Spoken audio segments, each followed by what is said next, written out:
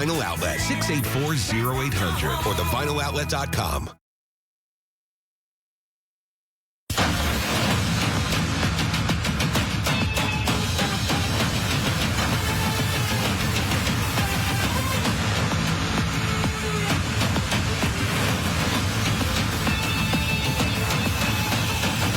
Welcome to the William Mattar Thursday Night Lights, live on MyTV Buffalo, presented by the Vinyl Outlet.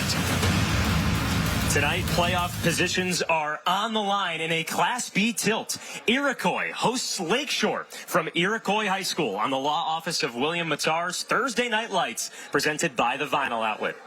And welcome into the broadcast booth, everybody. Alongside Scott Pilkey, I'm Joe Puccio. All right, Scott, Lakeshore is 3-2 coming into today's game. Iroquois at 4-1 midway through the season. Yeah, both teams are very balanced football programs. They've had great success already. We expect a great game here tonight. Two spectacular offenses as well, and that leads us into our players to watch for today's game. Starting on the Lakeshore side of the ball, it's their quarterback, Rob Gillette. And Scott, he does a little bit of everything. 15 total touchdowns, 800 yards. The guy is a fantastic athlete. And as for the Chiefs, it's their running back, the Connolly Cup winner from a season ago, Trevor Berry. 152 yards a game, 14 touchdowns. You can't say much more about that young man. Let's break down the Vinyl Outlet keys to the game. The Vinyl Outlet, Western New York's best porch, deck, and fence installations. Well, you get Lakeshore's got to distribute the football to be very competitive today, and they have to contain the run of Trevor Berry. On the other side of the ball with Iroquois, it's about being disciplined in the pre-snap and take care of the little things. Iroquois comes in today's matchup 4-1 on the Lakeshore side, 3-2. Both of these teams over 500 as we near postseason football in Western New York. Just moments away from opening kick between Lakeshore and Iroquois. It's the law office of William Mattar's Thursday Night Lights, presented by the Vinyl Outlet. It's Kids Day with UB Football on Saturday, October 7th, when the Bulls take on Central Michigan at 2 p.m. Presented by Chick-fil-A on Walden Avenue. The first 150 kids win a free pair of Pit Viper sunglasses. Get to the game early and enjoy the Kids Zone in the Murchie Family Fieldhouse. Get your tickets today at ubbowls.com. Save on car insurance. Call Willoughby and ask about the Willoughby Challenge. Challenge me to lower your monthly car insurance. With inflation so high, let Craig show you how to save. Hey, Am, let's ride. Let Willoughby help you save so you can relax and drive stress-free. Helping people save in Buffalo. Helping people save in Niagara Falls. Helping people save everywhere. Take the Willoughby Challenge today and save money. Willoughby will when nobody will. Willoughby will when nobody will. Hi, this is Father Chapin, host of Daily Living with Father Chapin. You know, sometimes the Bible can be a bit confusing, so we bust it down like a fraction. We're asking questions along the way. Questions like, what do these Gospels have to do with me? How can I become light in this present darkness? Join us every Sunday morning at 9 on MyTV Buffalo as we consider God's Word and how we might be able to apply it into our daily living. It's Kids Day with UB Football on Saturday, October 7th, when the Bulls take on Central Michigan at 2 p.m. Presented by Chick-fil-A on Walden Avenue. The first 150 kids win a free pair of Pit Viper sunglasses. Get to the game early and enjoy the Kids Zone in the Murchie Family Fieldhouse. Get your tickets today at ubbowls.com. The philosophies of Barry Goldberg, master of emotions. You suck, Mr. Rubik. Hater of words. More curls, more girls. Oh, he's right. Hidden genius. The Goldbergs. Weeknights on MyTV Buffalo. Fans worldwide turn to Buffalo Plus as their go-to source for Bills coverage. Count on Jenna Cottrell, Dan Fates, and me to keep you game ready throughout the season. Like, comment, and subscribe to Buffalo Plus on YouTube today. Brought to you by Connors and Ferris.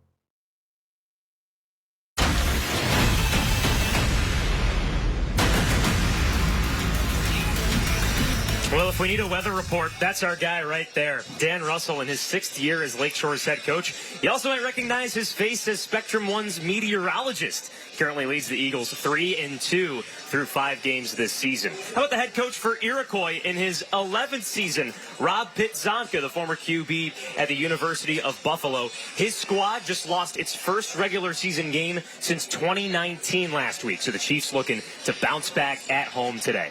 It's the Chiefs and the Eagles, Lakeshore against Iroquois on Thursday Night Lights. the law office of William Matar's Thursday Night Lights, presented by the Vinyl Outlet. I'm Joe Puccio alongside Scott Pilsky. Now, Scott, what are you looking forward to in today's matchup? I think when you talk about coaches, both coaches have really great connections with their kids.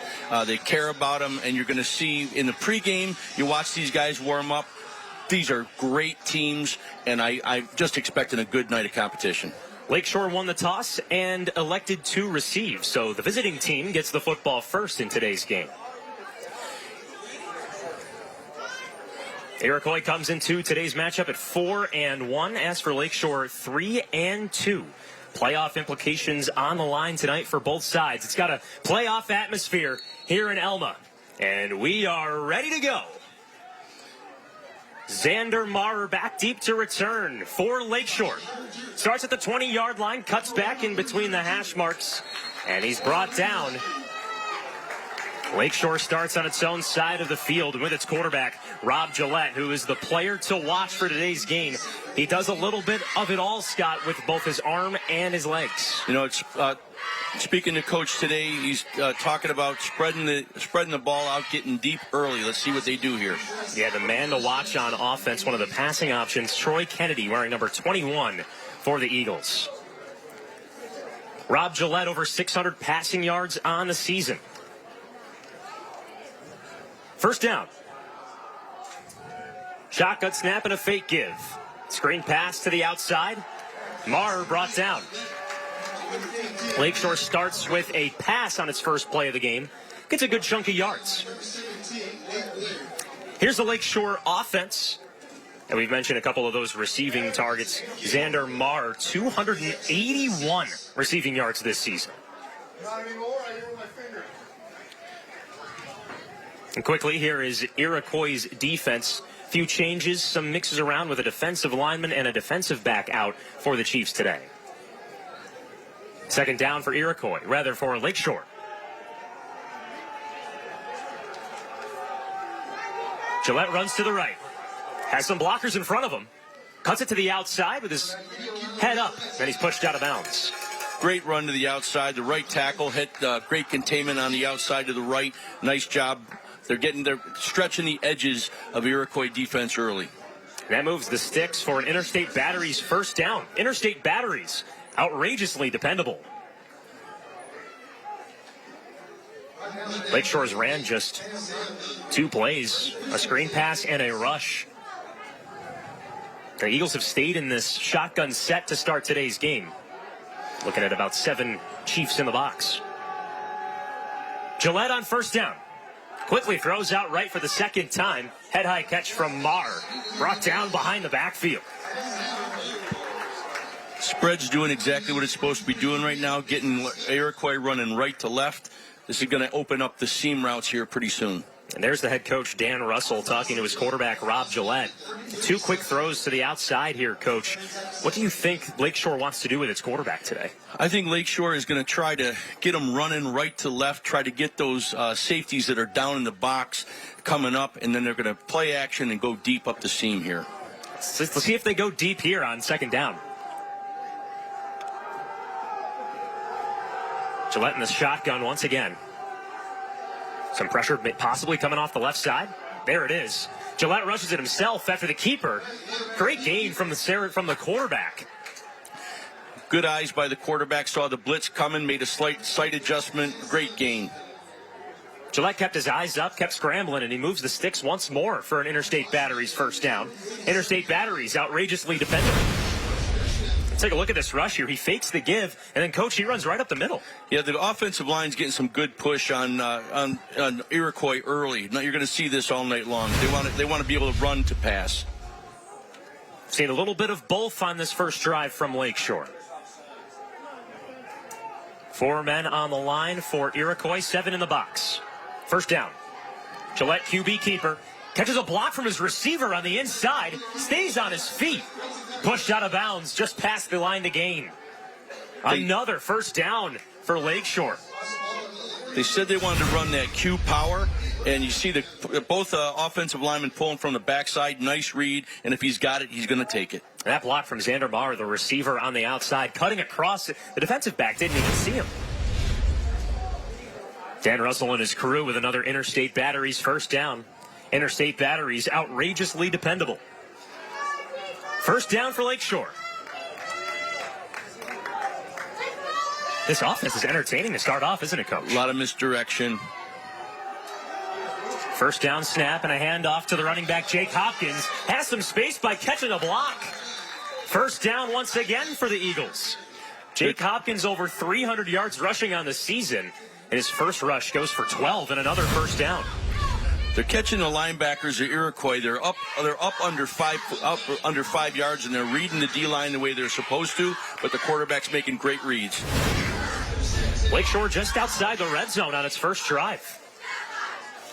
Eagles last week had a 50-6 win over Lewiston Porter. Look for number 21 at the top of your screen here, off to the right out of trips. First down snap. Gillette scans, looking at those receivers. Directs traffic.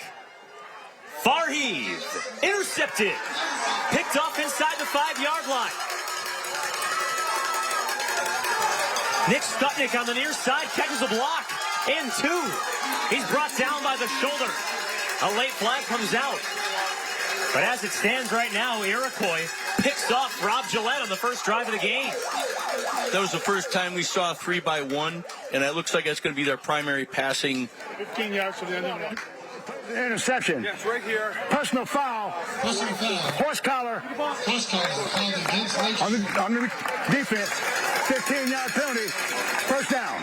That's our referee today, Ken Harris. He calls a horse collar tackle penalty, which gives the Chiefs even better field position on its first drive. Here's this throw from Gillette. He was definitely going for his big man, 6'5", 210 pounds, with a great interception and just great field awareness, trying to get as upfield as he can. Excellent job. Chiefs start off in enemy territory with its quarterback, Justice Kleitz. Oh, and some early movement from Lakeshore's defensive line on the first play. You can tell that Chiefs sideline's hyped up. Offsides on the defense. 5-yard penalty. Still first down. Sets up first down and 5. And Coach, when you see a team come out here with a cold call on the first play of the game, what does that tell you? You know, it tells me right now that you're gonna have a tremendous run game here by Iroquois. Their offensive line is probably the most dominant thing that they have going for them right now, opening the holes for Travis. Great little throw there. Full pitch and catch on a screen for the first play from scrimmage for Iroquois today.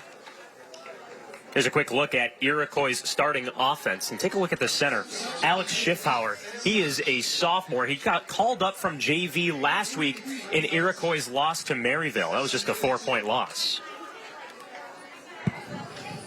Second down. Hand off to the left side, and there goes Trevor Berry. The Connolly Cup winner gets the first down for Iroquois. It's too easy when you hand off to the running back who's 6'1", 222, isn't it? And a little H-back power. Both offenses, both Lakeshore and Iroquois are utilizing that power tonight. And here is that defense that has to stop Trevor Berry. Today, Lakeshore bringing out a 4-3-4 defense. Its linebacker Ben Maher leads the team with 22 tackles. First down. Quick toss. Some blockers in front. And just outside of the red zone, the Chiefs are humming on this first drive. Yeah, you see that with the heavy run game that they're usually used to, right now getting the ball out quick, 2 little passes in a row and 1 little power. Nice little balanced offense so far. Keep an eye on number 17 as well for the Chiefs. That's Nate Blair, their starting tight end, who made that catch. 6'3", 205 senior. Leading receiver on the team with over 100 yards. Kleitz in the shotgun again, gives off to Berry, wrapped up and pushed forward for the first down. He's so big, Coach. Yeah, they're really running a nice job. The guys up front are doing great, opening holes, and Berry just has a really great eye for where he's supposed to enter. Nice job. Head coach Rob Pitzonka called him a bulldozer, and we saw it right there. Iroquois inside the red zone. Trevor Berry under center gets the snap and rushes it off the left side. A Wildcat formation for Iroquois on its first play inside the Willoughby Insurance red zone. Willoughby will when nobody will. They trust Trevor Berry to do a lot. Well, that's when you start seeing offensive formations built around one player. That's when you know that that's your guy. Let's see if Iroquois goes back to their guy here as Berry lines up as a wide receiver.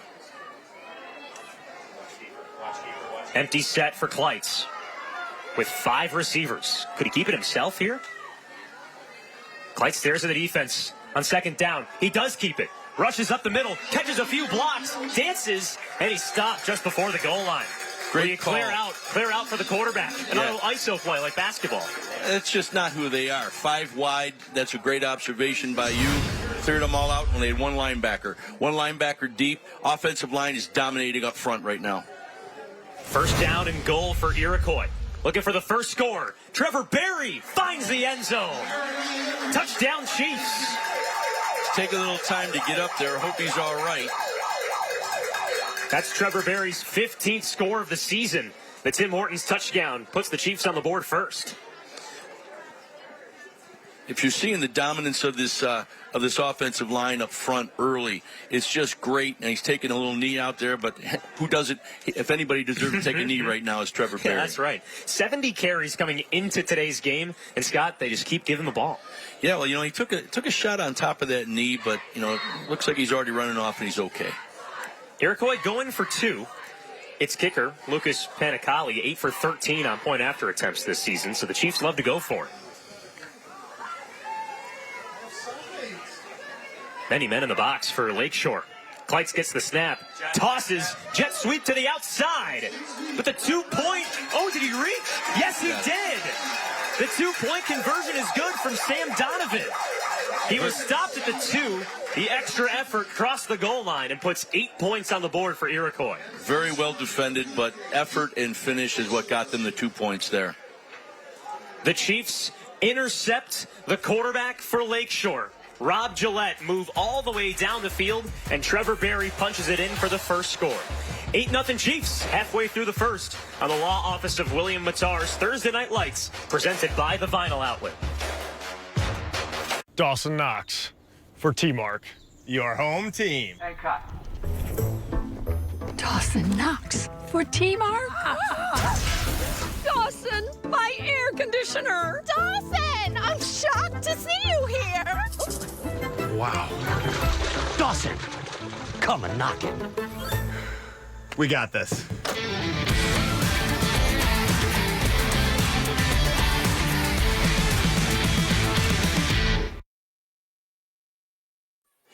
Today's closed captioning is exclusively brought to you by Excelis Blue Cross Blue Shield. Excelis Blue Cross Blue Shield. Live fearless.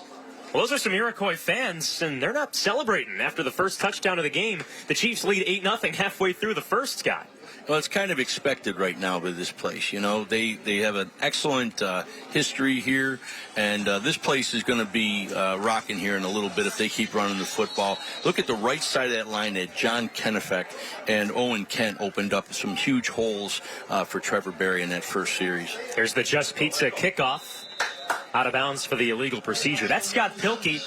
I'm Joe Puccio here at Iroquois High School in Elma.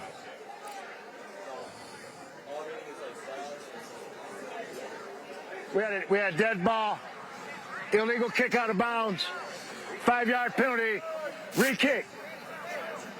So a re-kick here for Iroquois, according to our referee today, Ken Harris.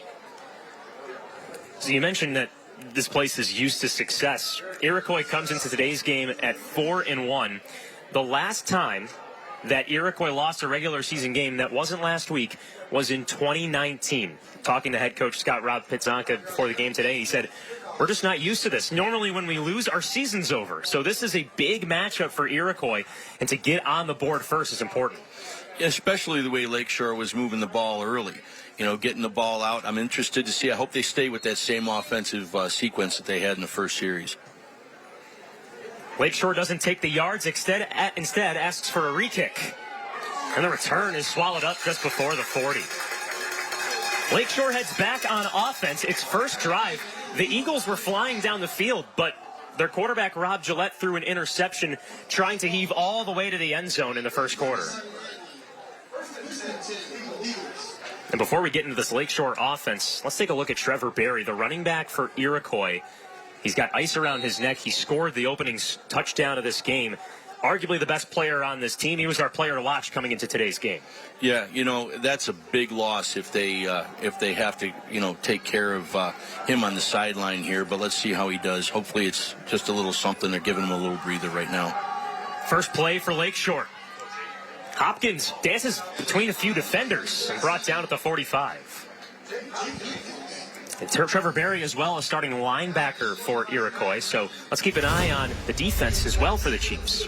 Well, if you notice where he was vacated, that's exactly where they went. This power run that they're doing on both sides has been plus 5 yards the first 3 times they've run it. And, Scott, we've seen Lakeshore pull these offensive linemen all around.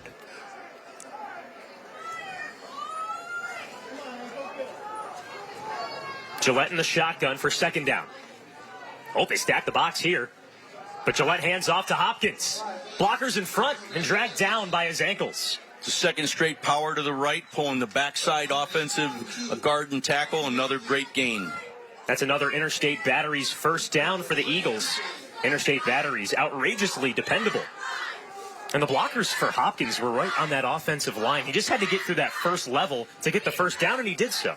Jake Hopkins is a guy that can take over a game just like Trevor Gillette was. I'm sorry, just like Barry was. And you can see he's a very powerful runner.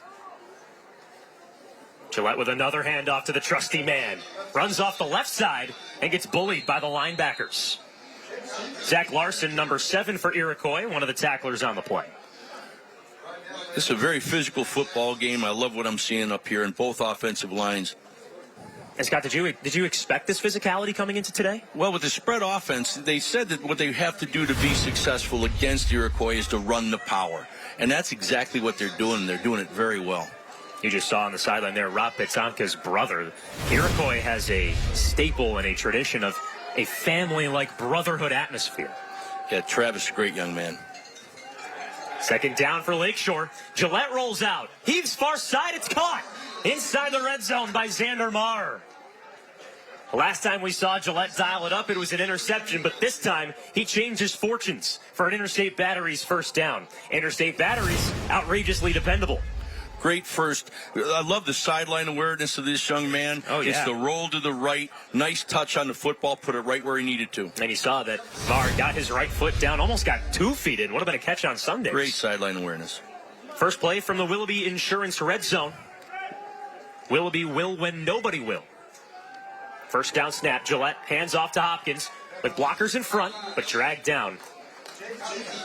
Anytime that Hopkins rushes over to the left side, it seems to have less success than when they run to the right side. Well, it's the variety of what Lakeshore is running right now, which is keeping Lakeshore, which is typically a most dominant team on the field, on their heels. That's what we talked about earlier, right? Iroquois coming off of a loss, and Rob Petzonka saying that this is uncharted territory.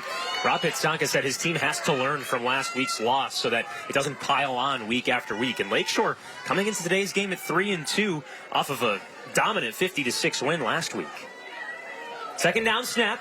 Gillette keeps himself, rushes to the left side with no blockers in front. He's tackled inside the 10. That moves the sticks for another Interstate Batteries first down. Interstate Batteries outrageously dependable. And here you go with that power again. They're staying consistent. It's a belly option by the quarterback. Great job. Rob Gillette is also the rushing leader on this team. He had 76 carries for over 400 yards coming into today's game. And he's only a junior. Head coach Dan Russell said that he is a leader. Just his second year as the starting quarterback here at Lakeshore. I'm Joe Puccio alongside Scott Pilkey here at Iroquois High School. Lakeshore inside the red zone. The mean man Hopkins, he gets tackled behind the line. Zach Larson, the team leader in tackles for Iroquois, comes up with the stop. This is what Iroquois has to do. They got to start shooting the gaps. You see him here get great penetration, gets off the block at number 72. Excellent job, tackle for loss.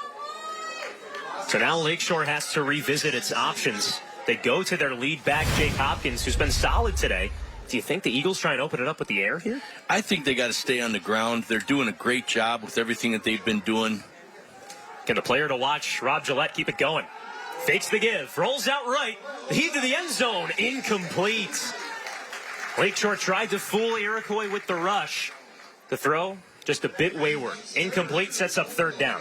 Every throw so far has gone to the right-hand side, and I think trying to force it to number 21 here, who's a great target, 6'6", 210 pounds, but maybe they should have handed the ball off going left. Great job they're doing, though. I love the variety of their play calling. Before that replay, you saw Dan Russell, the head coach in the blue khaki shorts, talking with Rob Gillette. That is an important discussion. Let's see what Lakeshore does here on third down. Well, not yet, because we'll have a timeout from Iroquois. They wanted to see what Lakeshore came out in. Beautiful night for football here in Western New York. The sun's been out for most of the week here, Scott, and, October comes around. You're thinking that the winter weather is coming. We're going to have to wear parkas pretty soon. Well, but tonight, beautiful. Oh, it's a great night here in Iroquois Stadium. There's tons of fans out here. You got the cheerleaders all dressed up. It's a great night for football. And speaking of comfort, how about Comfort Suites in Rochester? It's a comfortable night for football, and it's always a comfortable night at Comfort Suites. Visit them at 2085 Highland Drive in Rochester, or give them a call at 585-487-8500. Comfort Suites in Rochester, housing many of our Thursday Night Lights crew. Now, you mentioned the cheerleaders wearing the colorful neon, but I also wanted to make this important note. If you're around the area, the field hockey team is having a $15 chicken barbecue tonight. Scott, we might need to dig in. $7.99. I'll split it with you. Okay. Hey, that works for me. Timeout's over, and here's the third down and goal play for Lakeshore. Gillette in the shotgun. Fakes the give. Pump fakes. Rolls out to his right. No options. Heaves. And it's incomplete. 4 Chiefs and 2 Eagles set up in the end zone. Iroquois wins the numbers battle, and that play sets up fourth down. The only problem that they're having rolling to the right is that they're rolling to the short side of the field right now. And I think that you've got to be able to either run it deep, run it outside to your left, try to get that in the middle of the field more often. Right now you're on the right hash. Maybe that's where they were setting up for the kicker. Lakeshore sets up for the field goal. Jake Hopkins, the kicker, the senior for the Eagles, 16 of 20 on point after attempts. The flag comes out just before the snap. Ball. Offsides, number 18 on the defense. Half the distance penalty. Still fourth down.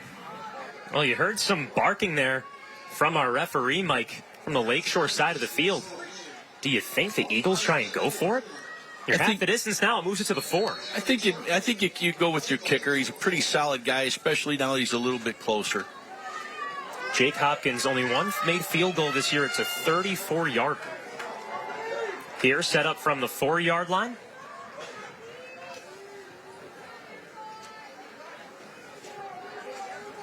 Fourth down snap to Gillette. Hands off to Hopkins. He stopped short of the line. Turnover on downs, and the Chiefs keep the Eagles out of the end zone. See, that's why I think when you go out with your initial kicking squad, you stick with it because you didn't have that play dialed up. And that's something they got to go upstairs to get figured out. Lakeshore gets swallowed up. Would have been a field goal from the 8-yard line. They move up to the 4, but the Eagles can't punch it into the end zone. Still 8-0 Chiefs on the law office of William Matar's Thursday Night Lights, presented by the Vinyl Outlet. When I hit 80, I needed help around the home. A friend of mine told me to call Freedom Care, and they'll pay my granddaughter to take care of me. Funded by Medicaid, Freedom Care allows people to choose who provides their care, and the caregiver gets paid instantly after their shift. Life is sweeter with her around. Nana gave me so much joy as a child. Now it's my turn to return the love. Call now to find out benefits and pay and how fast you can get started. And we're back at Iroquois High School. 8-0 Chiefs lead as we near the end of the first quarter.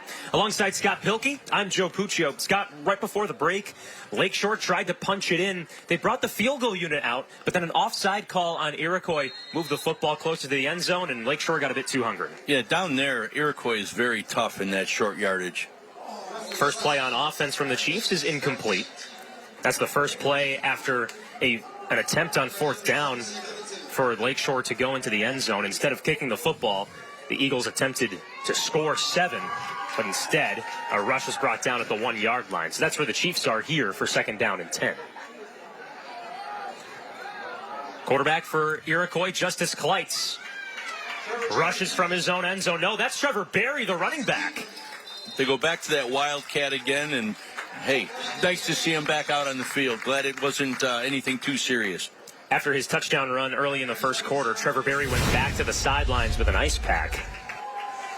But he's out in the field, and that rush gets Iroquois a little bit of space. 3rd and short coming up for the Chiefs. And here's Justice Kleitz, the quarterback. He moves Berry in motion. Directly under center, Berry takes the snap. Rushes in between the guard and tackle. A creative first down run for Iroquois. Maybe the ice on the back of the neck is going to happen after every series. Yeah. If they're going to ride this horse like this right away. That's 2 great plays in a row just to give him some room to move now. Trevor Berry picks up the Interstate Batteries first down. Interstate Batteries, outrageously dependable. Let's see if the Chiefs get a snap here before the end of the first. What you're looking at here is interesting. They got 5 in the box. That's almost 100% hand the football off. They do snap before the quarter ends, and this could be a house call. Nate Blair on the near sideline, past the 10 and into the end zone. Touchdown Chiefs. 86 yards to the house. The first quarter ends on an exclamation mark.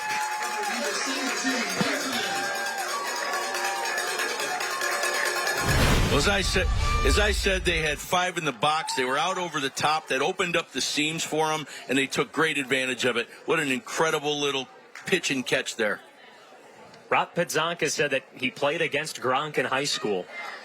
And describing Nate Blair, he said he's like our Gronk. He's just as good as he was in high school. So maybe we're seeing a future Super Bowl champion on the field tonight. Who knows? Well, that was an impressive play. Nice call from down deep in their own zone. 2-point conversion to end the first quarter for Iroquois. They fake the toss, hand off to Berry. He spins, pushes towards the line. Did he get there? No, he did not. The 2-point conversion is unsuccessful. So Iroquois now 1 for 2 on 2-point conversions today. But the reason why you have 2-point conversion attempts is because you scored twice. Iroquois leads 14-0 over Lakeshore after the first quarter of action. Nate Blair finds the end zone for Iroquois. Yeah, take your helmet off, my friend. You need some water. Same thing with Trevor Berry. Those two have been electric today for the Chiefs. We'll be right back on My TV Buffalo. Second quarter coming up next. It's Kids Day with UB Football on Saturday, October 7th, when the Bulls take on Central Michigan at 2 p.m. Presented by Chick-fil-A on Walden Avenue. The first 150 kids win a free pair of Pit Viper sunglasses.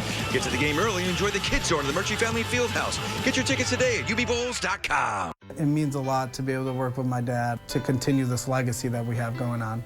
I had many implants. Once I got them, it was like the old me came back. The changes you can make in such a short period of time in somebody's life, have somebody in the chair crying because they finally have a full set of teeth. And I think the only way to do it in that type of time period for that type of price is really the mini implant.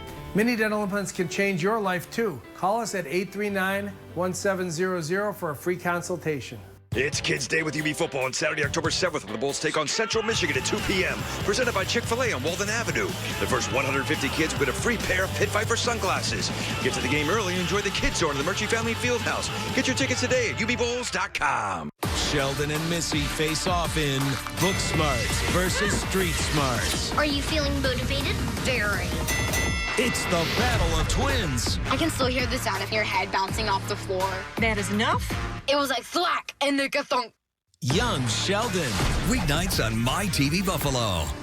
On the next Karama, is her cousin actually her brother? I just want to know who my dad is. Will her mother finally tell her the truth? On the next Karama. On My TV Buffalo. Stay tuned for the UB Bulls halftime show. UB Bulls football. Family, affordable, fun. We'll showcase our Aesthetic Associates Center Scholar athletes, presented by Dr. Todd Shatkin, participating school administrator interviews, first half highlights, and more. Most of those highlights today, Scott Pilkey, coming from the Iroquois side as the Chiefs lead 14-0 as we start the second quarter. That's Scott Pilkey. I'm Joe Puccio. Scott, Iroquois has been using two main offensive weapons.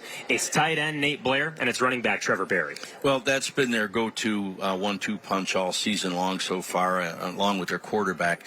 You know, the consistency of what they've been doing and to open up those lanes like they did down their own end, coming out with a great touchdown. Really tremendous offensive surge so far by Iroquois. Yeah, let's talk about that touchdown. An 86-yard touchdown catch to Nick Blair. What did you see on that last play of the first quarter? Well, they had 5 in the box, so it was kind of one of the first times you saw Iroquois spread it out in a 2-by-2 set. They had 5 men. They walked out their backers, and I think they were a little uptight as far as the safeties were. And number 17 got out and got over top of them quite quickly. It was a great play. What do you think Lakeshore has to do here starting the second quarter? I think Lakeshore just has to finish. I mean, they've brought the ball down twice. They showed they can throw the ball, run the ball, but I think they're getting a little predictable in their play calling right now. But the misdirections worked all afternoon so far. Let's take a look at that touchdown that ended the first quarter that we just saw right before we went to break. Iroquois in the shadow of its own end zone. Just a simple throw across the middle, and then boom, as Coach Rob Pitanka called him, there goes Gronk down the near side of the field. Yeah, you caught the free safety looking back in on the quarterback. He didn't see the guy crossing underneath, and by the time he saw what was going on to break out of his back pedal, it was already too late. Nate Blair, 9 catches for 103 yards. Coming into today's game, and that number just skyrocketed. Now near 200 receiving yards on the season. We're awaiting the start of the second quarter here at Iroquois High School because after that 2-point conversion, Trevor Berry, who we had just talked about, one of the dominant forces for Iroquois so far in today's game, and the Connolly Cup winner for Western New York's Heisman last year, he's down on the ground. As you see, he is with the coaching staff. That's Rob Pitanka, the head coach, on one knee with the red shirt and the khaki shorts as Trevor Berry is just sitting. And the rest of the teams on the field, including the cheerleaders, have taken a knee. And we are just hoping nothing for the best for Trevor Berry. Oh, that's not a sight that you want to see either. You know, we saw him on the sideline with ice on the back of his neck. Sometimes you see some guys that work thank God he's getting back to his feet. And that's a great sign for us right there. Looks like he's a little dinged, a little winded. I think that's going to be the end of the night for our number 21 here. Trevor Berry, a 6'1", 222-pound junior. Rob Pitanka, the man on the right, called him a big dog. He is a focal point in Iroquois' offense. Well, you know, you still got some time in this football season. This is something you're already up a bit. This is an opportunity to get some of your younger guys a chance to play, and you're already up. So let's get back to playing football here. Yeah, the question is, who does Iroquois go for its running back position? It's junior Bradley Wilkinson is the backup running back. He has over 140 yards on the season. Colin Lee is the third-string running back. He wears number 2 for the Chiefs. Only 3 rushes so far this season. We don't know that answer just yet because Iroquois has to kick the ball off to Lakeshore. The Eagles haven't scored yet today. We've seen an interception thrown on the opponent's side of the field, and Lakeshore tried to go for it on 4th down right on the goal line and was stopped on its last drive.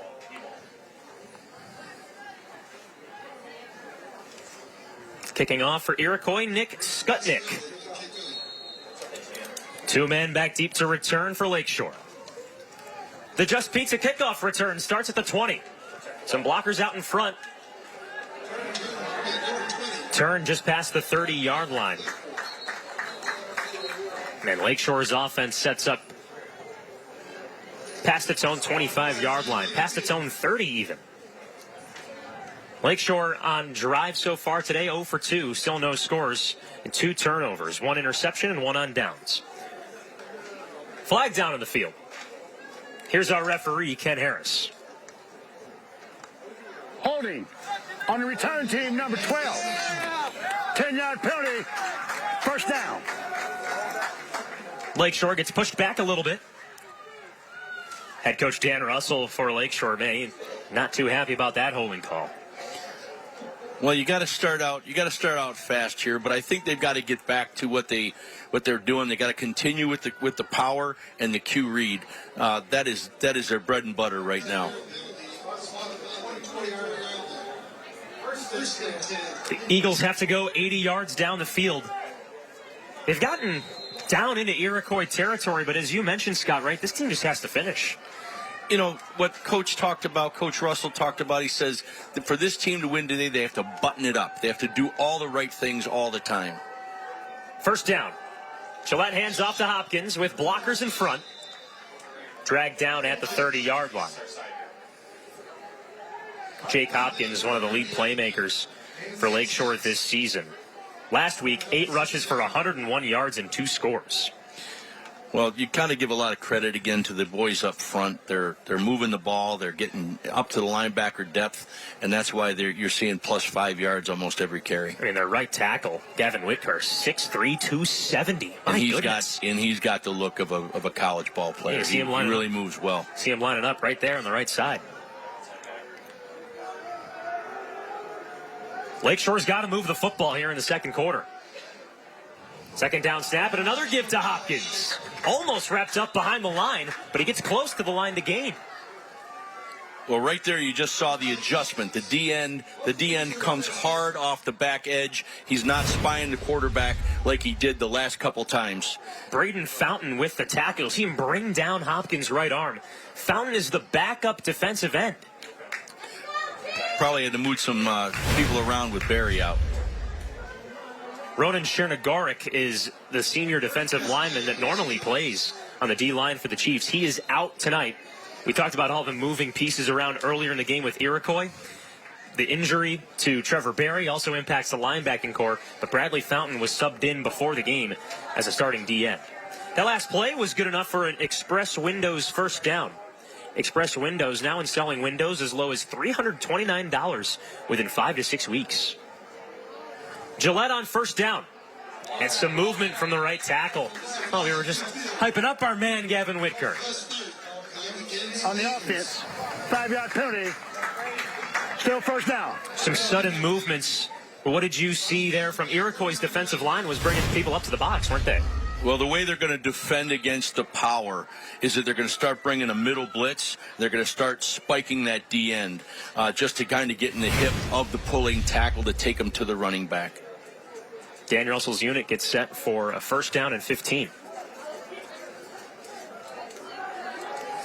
What did the Eagles call here on this long first down play? Gillette gets the snap, another handoff to Hopkins, rushes to the left side. Iroquois was ready for it. Gain of about 1 for the senior tailback. Well, you're starting to watch him spy the quarterback with the defensive end and the Mike linebacker. It's a nice little sight adjustment. Ooh, wow. You can see Hopkins' helmet come off there at the end. Oh, goodness. If that's not a helmet-to-helmet penalty, I don't know what is. Well, the helmet ended up on the other side of the field. Yeah, making sure Hopkins is all right there on the sideline after he lost his bucket. Well, we hope Hopkins is okay. He's on the sideline here for second down. Here come the Iroquois rush. Gillette rolls out. Throws. Incomplete. In between Marecki and Marr, the receivers for Lakeshore. The ball fell into no man's land, but that's because of that heavy Chiefs rush, isn't it? Yeah, well, it's also because they're getting a little predictable in their formation. Trips to the right, whether it's in a bunch formation or spread out. Every single pass so far has gone roll right. All right. Something to keep an eye on here for third down. What does Dan Russell have up his sleeve?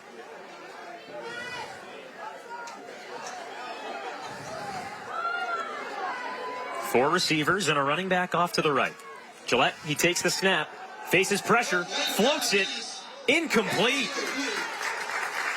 A solid play from the defensive back. Alex Miller flew in from the backside to swat the ball away. Sets up 4th down. Yeah, they're pressing the outside wide receivers and giving up the seam, but they're not giving up enough for the first down. Nice defensive scheme they got going on right now. Ben Maher to punt for Lakeshore. Return man is set up just behind the 40-yard line. Spiraling kick. Boy, this has some distance to it. Takes a bit of a Lakeshore kick towards the 25-yard line. The return man, Nick Skutnik, decided to not even return it. And Iroquois sets up on its own side of the field for 1st down.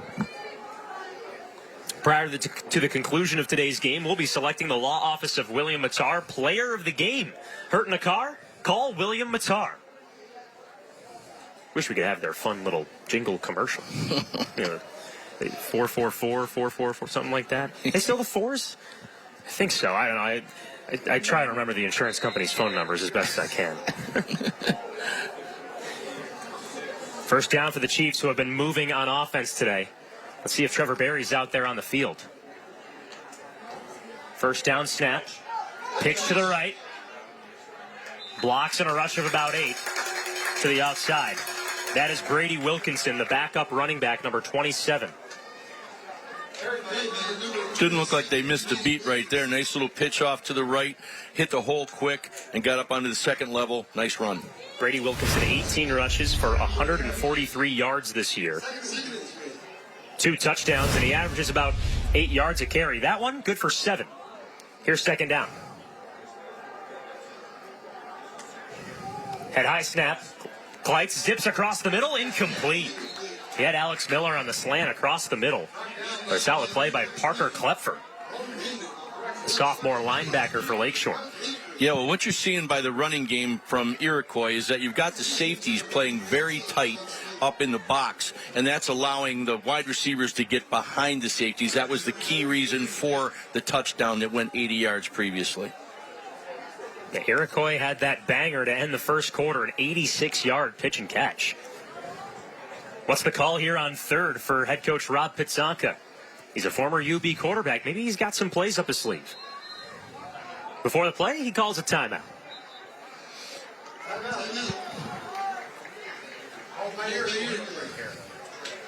Seeing some nice adjustments also by Lakeshore. They're covering up the center and the 2 guards to take away where they typically get most of their yards in between the tackles. So, Coach Scott, I'll ask you this. If you're running an offense and your main player, your lead back, is out, what decisions do you make on offense to try and get your team back into the ballgame and bring in solid playmakers? Well, Coach Pizzanca said that he's got a lot of numbers. And even though that they're experiencing some injuries and things of that nature, obviously he's got a lot of people he can go to, as we saw in the very first play, plus 5 yards. We'll see if they miss anything, but it looks like he's got his people prepared for such a situation. Today's closed captioning is exclusively brought to you by Excelis Blue Cross Blue Shield. Excelis Blue Cross Blue Shield. Live fearless. Those Iroquois fans have had reasons to celebrate today with the Chiefs up 14-0. After the timeout, here's the 3rd down play call. Lakeshore stacks the box. Kleitz on 3rd. Pushes it out to Wilkinson, and he's wrapped up in the backfield. Klepfer once again. Just a great defensive play. Systematically, it was a good call. They had the edge, but the running back is not Trevor Berry on that play. Trevor Berry probably would have gotten to the edge and made something out of that play. It's like a 2-handed chest pass from Kleitz to the outside. Wilkinson just didn't have that space. And before the 4th down play, a timeout called by Lakeshore. Stops the clock at 7:38 here in the 2nd quarter. And there's Parker Klepfer. That's the linebacker for Lakeshore, coming into today, 14 tackles. And he's made 2 tackles on this drive for the Eagles. Fourth down play call when we come back here on My TV Buffalo. Iroquois leads 14-0 on the law offices of William Mattar. Thursday Night Lights, presented by the Vinyl Outlet. Right here for your best moments and your toughest days. Right here for the what-ifs and the what-nows. For the smallest details and the biggest dreams. At Univera Healthcare, we know what it takes to care for Western New Yorkers because that's who we are. Our home is here. And more importantly, our hearts and our focus are too. That's why you can always count on us to be right here for you.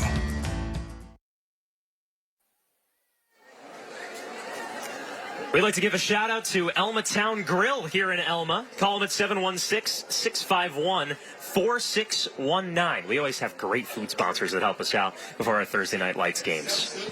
Oh, the roast beef on Wick was goodness. Awesome. You know, I'm a Syracuse guy, so every time I come out here, I want to have something that's Western New York-like. Boy, beef on Wick, great sandwich. That's my number one choice. After the pause, 4th down and 5, but not yet. Early flag. We got dead ball. False start, number 2 on the offense, 5-yard penalty. Still 4th down. Penalties on Colin Lee, the senior wide receiver and D-back for the Chiefs. 2 men back deep to return for Lakeshore, including Xander Marr, that guy, number 11. Leading receiver for Lakeshore today. 4th down punt. Spiraling punt, almost looked like a throw.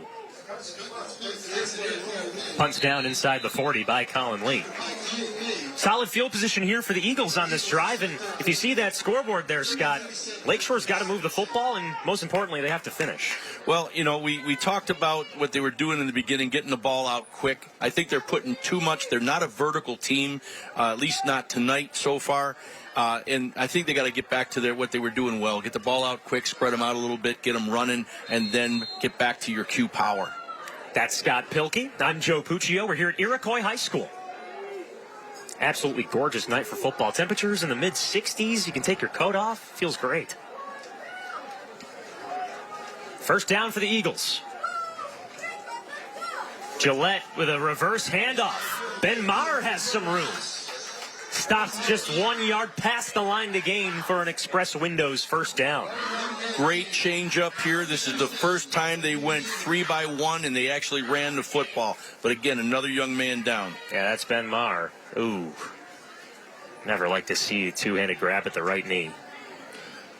And he's a big fella, too. You know, he's 6'2", 175 pounds, very physical runner. That was Ben Maher's second run of the season. His first run, a 53-yard touchdown. And now he sits on the field, tended to by the trainers. And it's also not the first injury we've had today. Yeah, he went to cut on it and banked back inside. And it looks like he just may have twisted an ankle or a knee, and hopefully it's not too serious. See it there in his face. Head coach Dan Russell all the way on the right. Green polo without a hat on. Well, this is what I was saying earlier about these two coaches. I think the one consistency that you see about these guys is how much they care about their players, and it really reflects in how these teams rally around their coaches. That's what high school football is all about. We'll step aside for just a moment.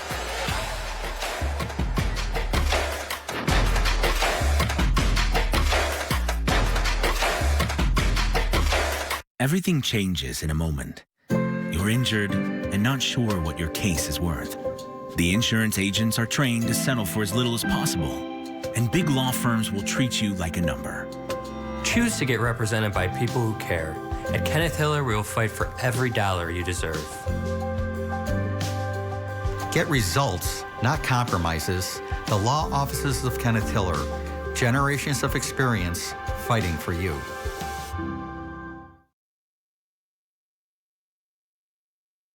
Stay tuned for the UB Bulls halftime show. UB Bulls football. Family, affordable, fun. We'll showcase our Aesthetic Associates Center Scholar athletes, presented by Dr. Todd Shatkin, participating school administrator interviews, first half highlights, and more. I'm Joe Puccio alongside Scott Pilkey. Scott will be doing those halftime interviews down on the field, so you want to stick around for that one, the UB Bulls halftime show. We had an injury timeout on the field. As you see, Ben Marr, the running back for Lakeshore, being helped off the field. He was grabbing at his knee after a first down rush. Just his second carry of the season. Lakeshore still on offense. Eagles have not scored today. They've brought the football into Iroquois territory, Scott, but just haven't punched it in. Yeah, they've been very consistent with what they've been doing, but they got to stay fundamentals, as Coach said earlier, button it up and finish a drive. It's all up to Jake Hopkins, the number 1 running back. He doesn't have that safety blanket now with Ben Marr. Gillette takes the snap, rushes himself, gets a block from Hopkins. The D-line sniffs it out. Only a gain of 2 as a gang of Chiefs bring him down, including Nate Blair, the senior defensive lineman, at 6'3", 205. Got a lot of big guys on this field. It's a very physical contest tonight.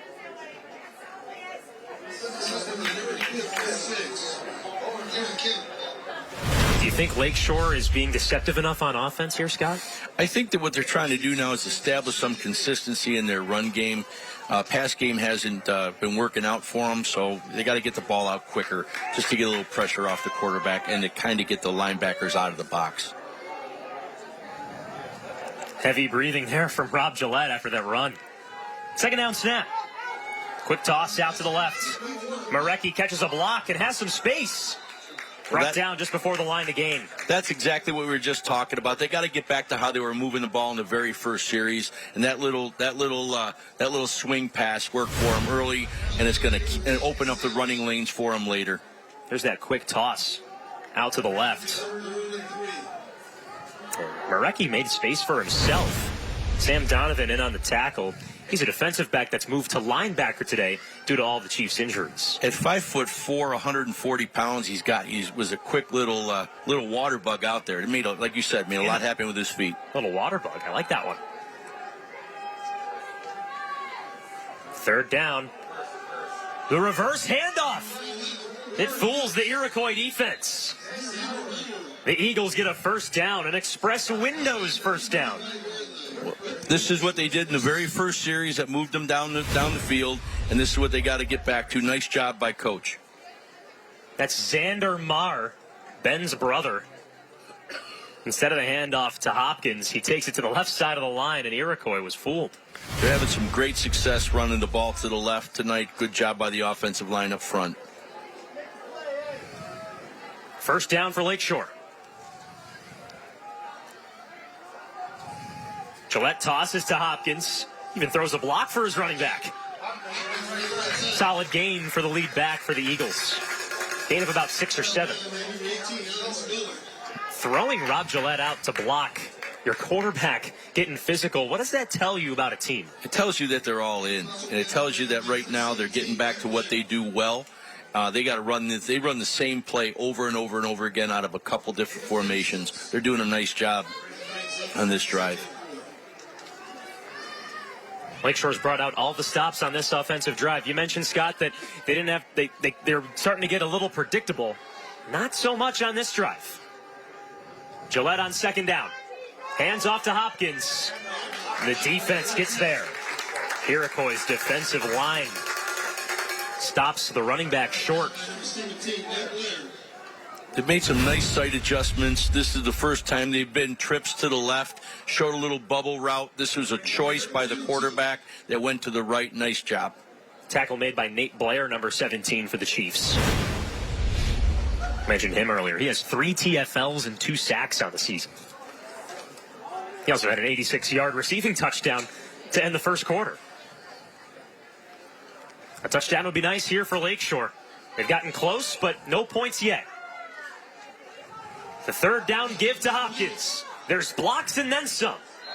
Into the Willoughby Insurance red zone.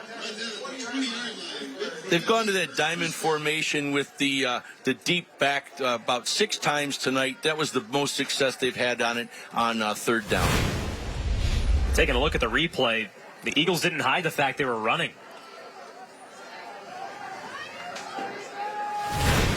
A rush in between the right guard and right tackle. Solid play call from that head coach, Dan Russell. I'd like to know what he thinks about the weather tonight. The Spectrum One meteorologist. First down, quarterback keeper.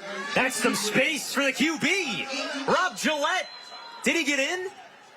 He's out at the one. Not quite. Stopped short at maybe the half-yard line. Oh, banged up after that run. Got it.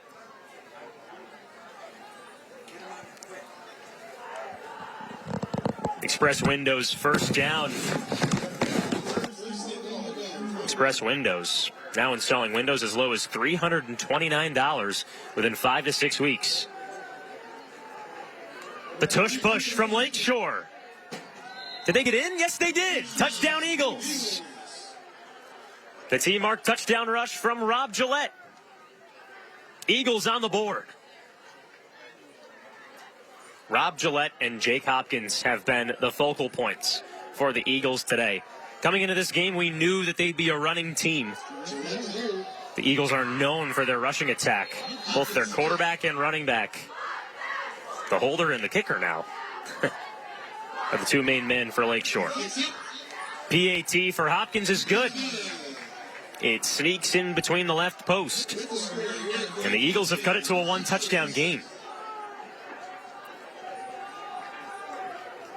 On the Eagles' first 2 drives of the game, Rob Gillette threw an interception and then a turnover on downs. And now on this drive, boy, that guy Rob Gillette, he scores a rushing touchdown, but it might have come at a cost. We'll have to keep an eye on Rob Gillette, who's grabbing at his right leg. The last 2 plays for the Eagles, Rob Gillette had a rush that went all the way to the half-yard line. This run right here, chugging his way down, he got popped at the end of the play by the defensive back, Zach Larson. And then on the very next snap, he gets twisted up, pushed in. He was wobbling over that goal line. But he got 7 points for Lakeshore. Same as his number on his back. Ice on his right ankle. You have to assume that Lakeshore will play this very conservatively, trailing 14-7.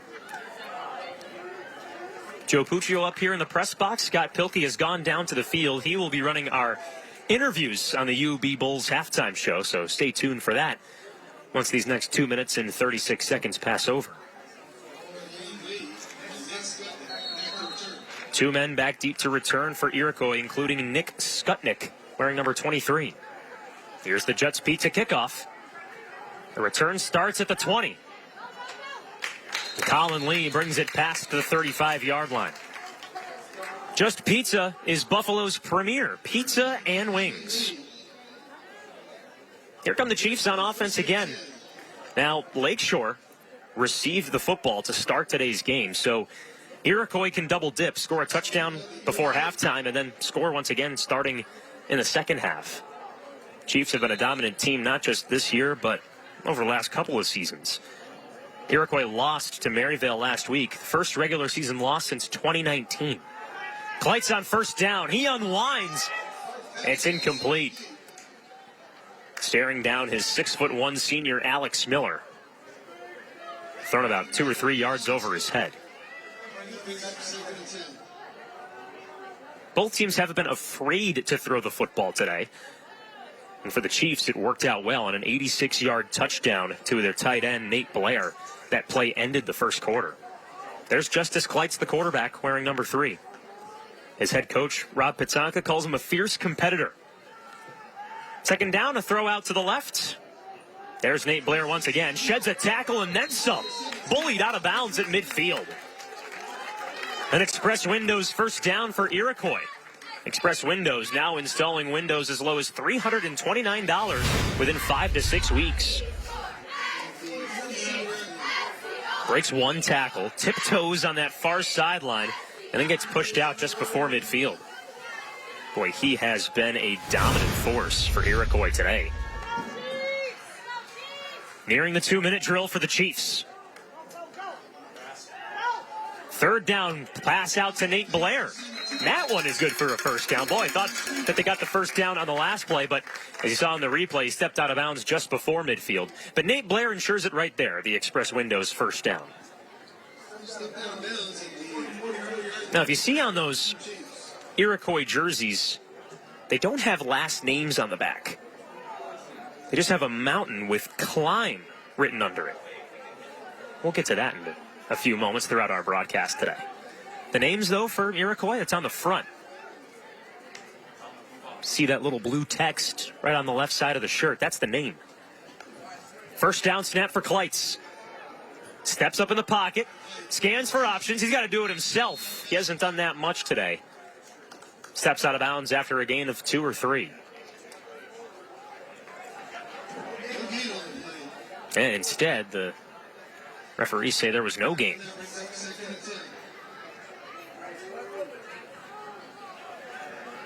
If anything, it stops the clock for Iroquois at 1:38. Kleitz is ready to go. Lakeshore's defense still figuring some things out. Can the Chiefs take advantage of it? Donovan in motion. He gets the football. But he's stopped behind the line.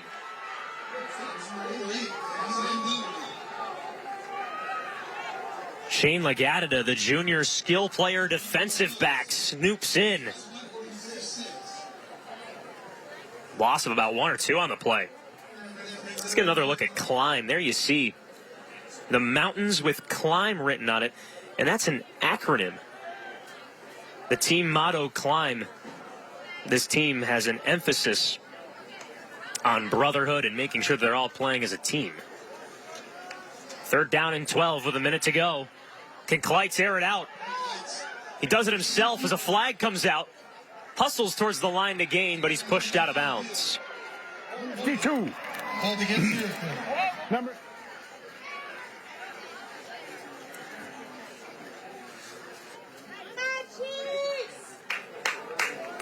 So after that solid scamper from the quarterback, Justice Kleitz, the play's brought back after a hold.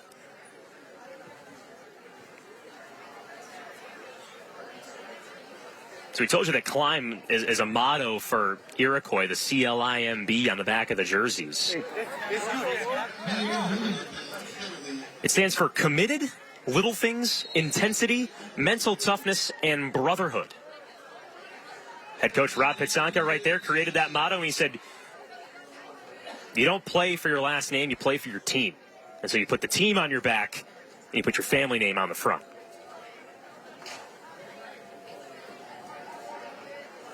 And this Iroquois team playing like a team today. No timeout on the field. Both coaching staffs are on the field.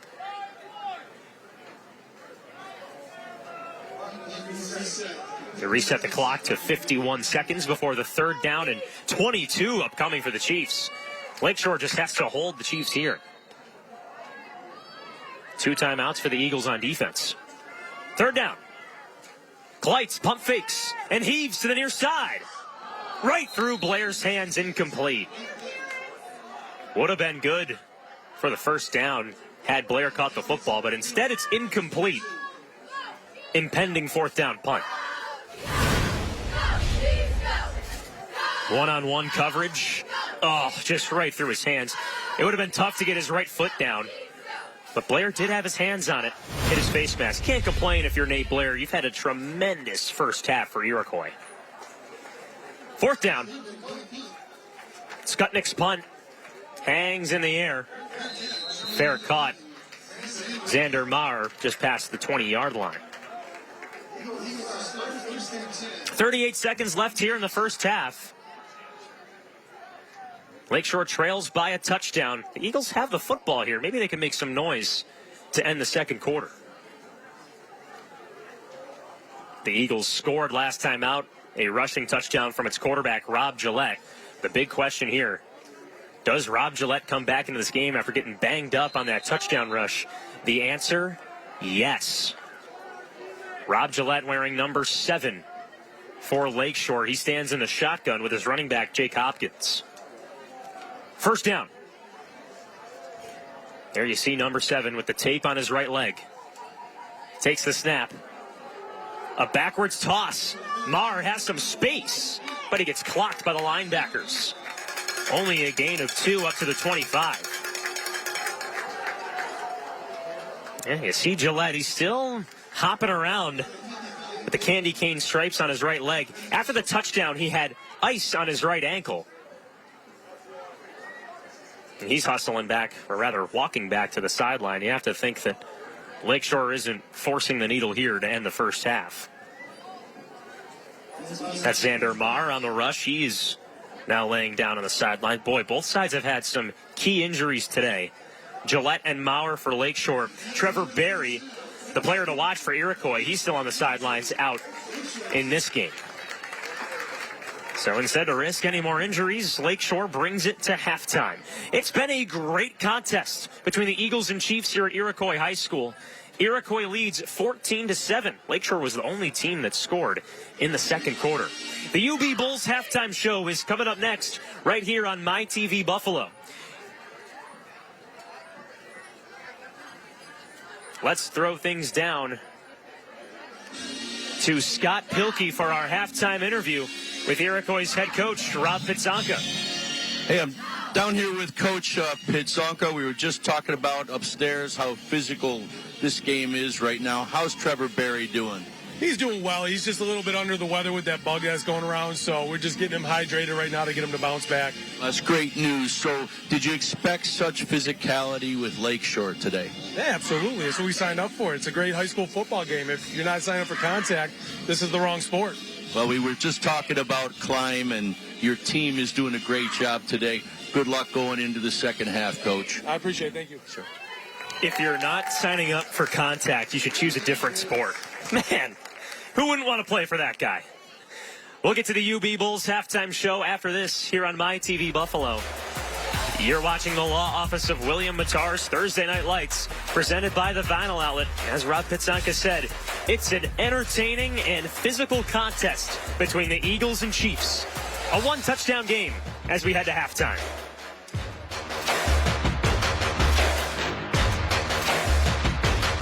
At Interstate Battery, we can power anything, big or small. Boats and jet skis, ATVs and tractors. And of course, all your vehicles. Stop in and see us at all 3 of our Western New York locations. Interstate Battery, outrageously dependable. It's Kids Day with UB football on Saturday, October 7th, when the Bulls take on Central Michigan at 2 p.m. Presented by Chick-fil-A on Walden Avenue.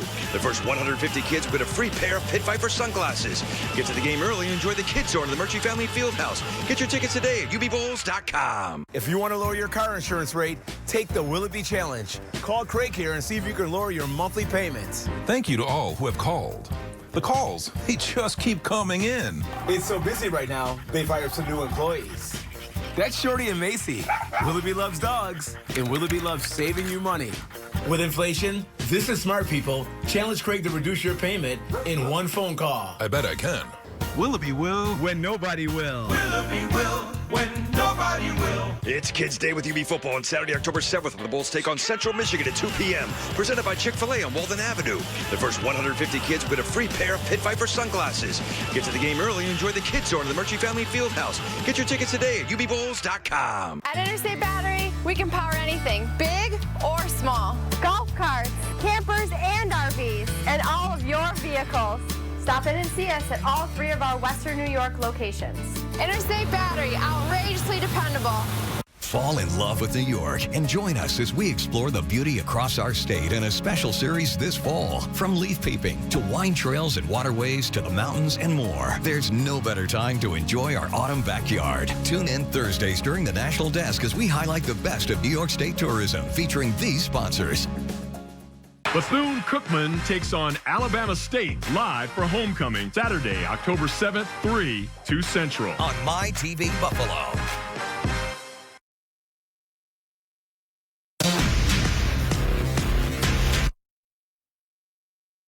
The Vinyl Outlet on the UB Bulls halftime show. Let's take a look at our away team in this first segment and talk about our scholar athlete for Lakeshore.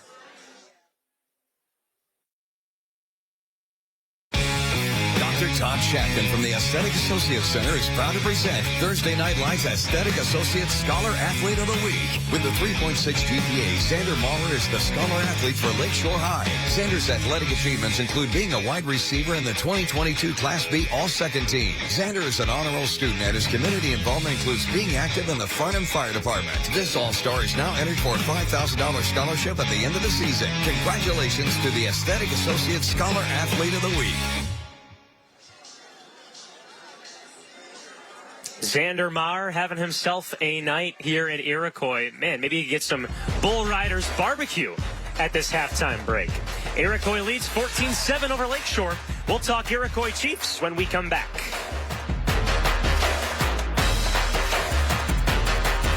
Do you know the Vinyl Outlet does fence installation? And most can be completed in as little as one day. Our hassle-free installs allow you to start enjoying right now. Join the rest of the 30,000 satisfied Western New York customers who believe in the best. The Vinyl Outlet. Call now, 684-0800. Jane struck while exiting vehicle, suffered multiple injuries, underwent major surgeries. Claim to the insurance company denied. You get into an accident and find out, that really you feel like you're not protected.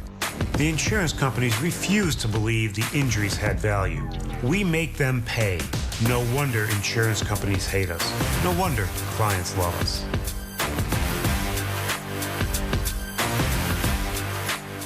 Dawson Knox for T-Mark, your home team. Dawson Knox for T-Mark? Dawson, my air conditioner. Dawson, I'm shocked to see you here. Wow. Dawson, come and knock it. We got this.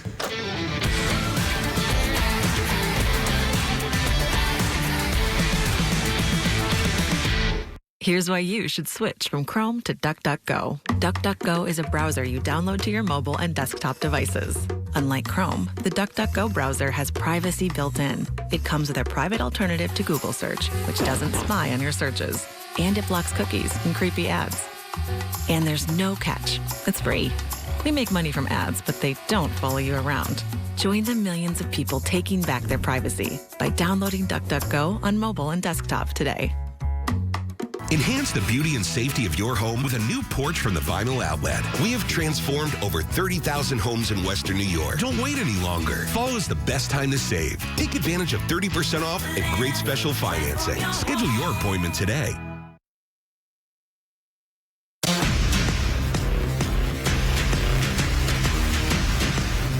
You're watching the UB Bulls Football Halftime Report. UB Bulls Football. Family. Affordable.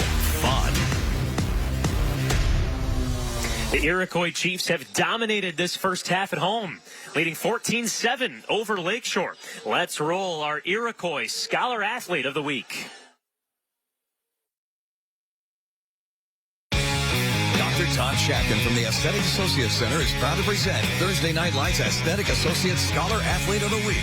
With a 4.0 GPA, John Kenneth Fitt is the Scholar Athlete for Iroquois High. John's athletic achievements include being a 2-year varsity starter and captain and being named first team all-class. John is an honor roll student and his community involvement includes being active at ITAC Drug and Alcohol Prevention Coalition. This All-Star is now entered for a $5,000 scholarship at the end of the season. Congratulations to the Aesthetic Associates Scholar Athlete of the Week.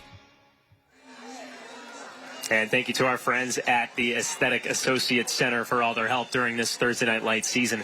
I'm Joe Puccio, and now we're joined by Iroquois Superintendent Doug Schofield. Now, Doug, what's it like to have your team play here on Thursday Night Lights? I think it's great to have them playing here. I mean, we're so excited to have all the kids back in school, and all our teams this year, the varsities, are starting off with winning seasons. So this is a great field to have that happen on. Speaking of this school year, how has the first month gone for you? First month has gone really, really well. As I said, everyone's back here. I mean, the weather's helping out. Kids seem to be happy. After the past few years, it's really exciting to come back and just enjoy ourselves. And you mentioned all your varsity teams starting off on a hot note. But in terms of these people, what do you hope that the coaches teach these athletes throughout, not just the fall season, but your winter and spring sports as well? I really think it's like compassion for each other, just be good people. It's sportsmanship. You can just center it on sportsmanship. I mean, this is a game. You go out there, you play hard, but at the end of the game, you should look at each other's face, shake hands, and say good luck at your next competition. Well, Doug, thank you for the time, and thank you for letting us be here on the Thursday Night Lights Come broadcast. anytime you want. Thank you so much. We'll be here. This is a beautiful facility, too. Perfect. We'll be here anytime that we want. The UB Bulls halftime show continues after this. 14-7 Lakeshore trails Iroquois.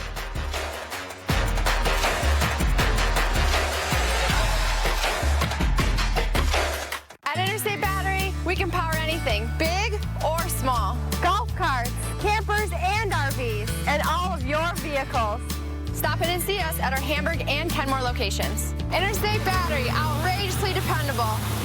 It's Kids Day with UB Football on Saturday, October 7th, when the Bulls take on Central Michigan at 2 p.m. Presented by Chick-fil-A on Walden Avenue. The first 150 kids win a free pair of Pit Viper sunglasses. Get to the game early and enjoy the Kids Zone in the Murchie Family Fieldhouse. Get your tickets today at ubbowls.com. Right here for your best moments and your toughest days. Right here for the what-ifs and the what-nows. For the smallest details and the biggest dreams. At Univera Healthcare, we know what it takes to care for Western New Yorkers because that's who we are. Our home is here. And more importantly, our hearts and our focus are too. That's why you can always count on us to be right here for you. William Attar isn't like other attorneys. William, you should see this police show that I saw last night. It was really great. Do they investigate any car crashes? He eats, breathes, and dreams of helping people after a car crash. Wow, good crash! Tommy, there are no good crashes. Yep, that's a late model pickup and a parallel twin motorcycle. That's uncanny. And his clients love the results. Hurt in a car? Call William Attar. It's Kids Day with UB Football on Saturday, October 7th, when the Bulls take on Central Michigan at 2 p.m. Presented by Chick-fil-A on Walden Avenue. The first 150 kids win a free pair of Pit Viper sunglasses.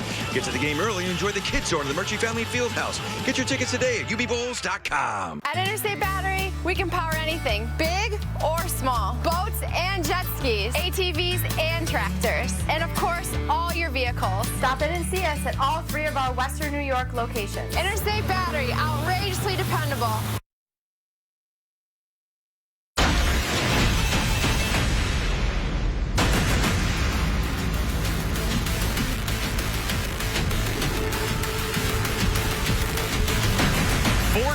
Seven Iroquois leads Lakeshore as we're about to start the second half here at Iroquois High School.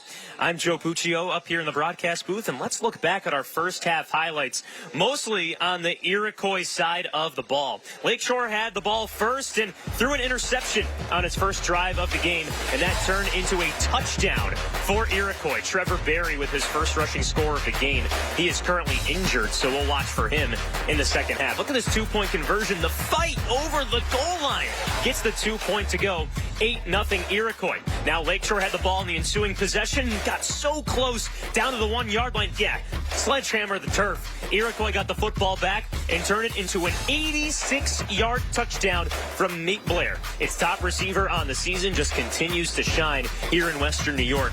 Even some fun reactions after that touchdown. However, Lakeshore would get its way close to the end zone. Its quarterback, Rob Gillette, pushed all the way to the 1 yard line, got pushed out of bounds, and then probably 15 seconds later, Rob Gillette punishes on a little tush push into the end zone. That was Lakeshore's first score of the game, and that makes it 14-7 as we're going to start the second half soon. But before we start second half action, let's send it down to the field with Scott Pilkey. Here I am with the head football coach. Coach, what adjustments did you make at halftime? Yep. And how is your guy that went down with injury? He's likely done for the rest of the game. All right, so we have some young guys that are going to need to step up. As far as adjustments, you know, we're very happy with how our offensive line is playing, and we're going to continue to do what's working. All right, and you know, again, trusting our big dogs up front because they're the ones that are eating right now. So very happy with that. Your team's playing very physically, and I think you guys are doing a great job. Have a great luck in the second half. Thank you so much. Thank you so much. Yep. Back up to you. Sure. Dan Russell, his team trails by a touchdown at halftime. It's 14-7 Iroquois. Third quarter kickoff coming up next on My TV Buffalo.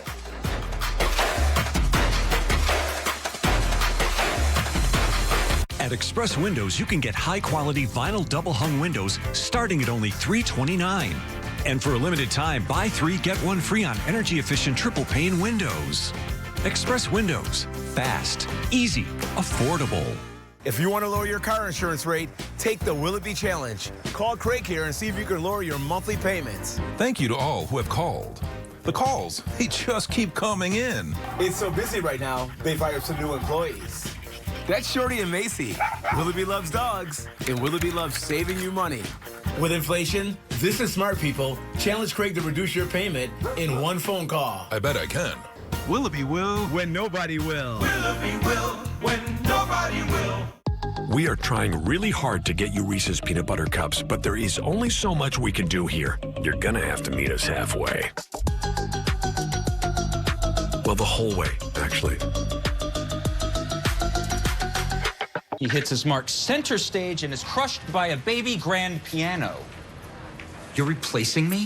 Customize and save with Liberty Bibbity. He doesn't even have a mustache. Only pay for what you need. Liberty, liberty, liberty, liberty. At Express Windows, you can get high-quality vinyl double-hung windows starting at only $329. And for a limited time, buy 3, get 1 free on energy-efficient triple-pane windows. Express Windows. Fast, easy, affordable. I'm Jan Jeff Coat. Tomorrow morning on the National Desk. Despite federal employees working from home, the government continued to splurge on high-end office furniture. More than $3 billion taxpayer dollars wasted on the upgrades. Tomorrow on the National Desk. America's News Now, weekday mornings. The National Desk keeps you up to date on breaking news now. Crew to manage that fire as it continues to spread. Every night at 10 on Fox 29. It's time for the second half here at Iroquois High School. The home Iroquois Chiefs receive the ball to start the second half, leading 14-7 over the Lakeshore Eagles. I'm Joe Puccio alongside Scott Pilkey. Now, Scott, we heard from both coaches about what they thought of the first half, but from you and your coaching mindset, what did you think about the first half? I think the physicality is the number one thing that we're seeing between these two teams. Fortunately, the injuries are minimal on both sides. It's just a great result of well-coached teams, and both these coaches are very positive going into the second half. The Just Pizza kickoff started at the 30-yard line and ended at the 30-yard line with the knee down. Just Pizza is Buffalo's premier pizza and wings. So physicality is the name of the game. In the UB Bulls halftime show, head coach for Lakeshore, Dan Russell, mentioned that Ben Maher is most likely done in today's game. You were talking about it throughout the first half, Scott, that Lakeshore has to get a little different and change up the mindset here in the first half. What do you think Lakeshore does here on this drive? I think they started changing their some of the formations, going against some of their typical things. Look, I mean, this is a great little gain here. Brady Wilkinson, who is in for Trevor Berry, picks up the Interstate Batteries first down. Interstate Batteries, outrageously dependable. Ben Maher is the leading tackler on Lakeshore's defense. So now the Eagles don't have their top tackler, even though Iroquois doesn't have its star running back. Well, the great part about both coaches is neither one of them seemed shaken by what was going on in the first half. They're both very happy with their offensive line. And here we go with the second run. Justice Kleitz runs up the middle, met by the linebackers at midfield for a solid gain of about 5. This is going to be what Iroquois is going to be doing the rest of the game. They're going to eat up the clock because now they know they softened them up a bit where they believe they can run up the middle now. So if you missed the first quarter, Trevor Berry, the player to watch, the man who won the Western New York Heisman last year, he is out. He's been dealing with a bug all week. Saw him in the opening drive and not out here. Second down snap here from Kleitz. Rolls out to his left after the fake and steps out of bounds for a first down. Justice Kleitz pump faked across the middle and scampered to the outside for an Interstate Batteries first down. Interstate Batteries outrageously dependable. We talk about the variety of the talent that's on both of these squads, whether it's consistent offensive line play or quarterbacks that can do more than just with their arms, but they can also do it with their feet. Great awareness there by the quarterback. You just saw Rob Pitzonka, the head coach for Iroquois, former quarterback at UB, so he's got some creative offensive juices in him. First down for Kleitz and the Iroquois offense. Hands off to Wilkinson. Runs off the left side. Pops just past the 40-yard line. They must have seen something upstairs, which is what we were watching earlier. They're running to the left side of that defense or that offensive line, taking advantage of what they're doing right now is you have the DNs covering the guards, so you're getting a base down block and the edge is wide open because they're getting up to the linebacker. Number 11 for Lakeshore, who you just saw, is Xander Maher.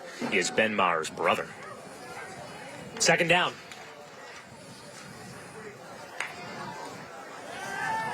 Kleitz drops back. I can't find his man, Nate Blair, on the near side.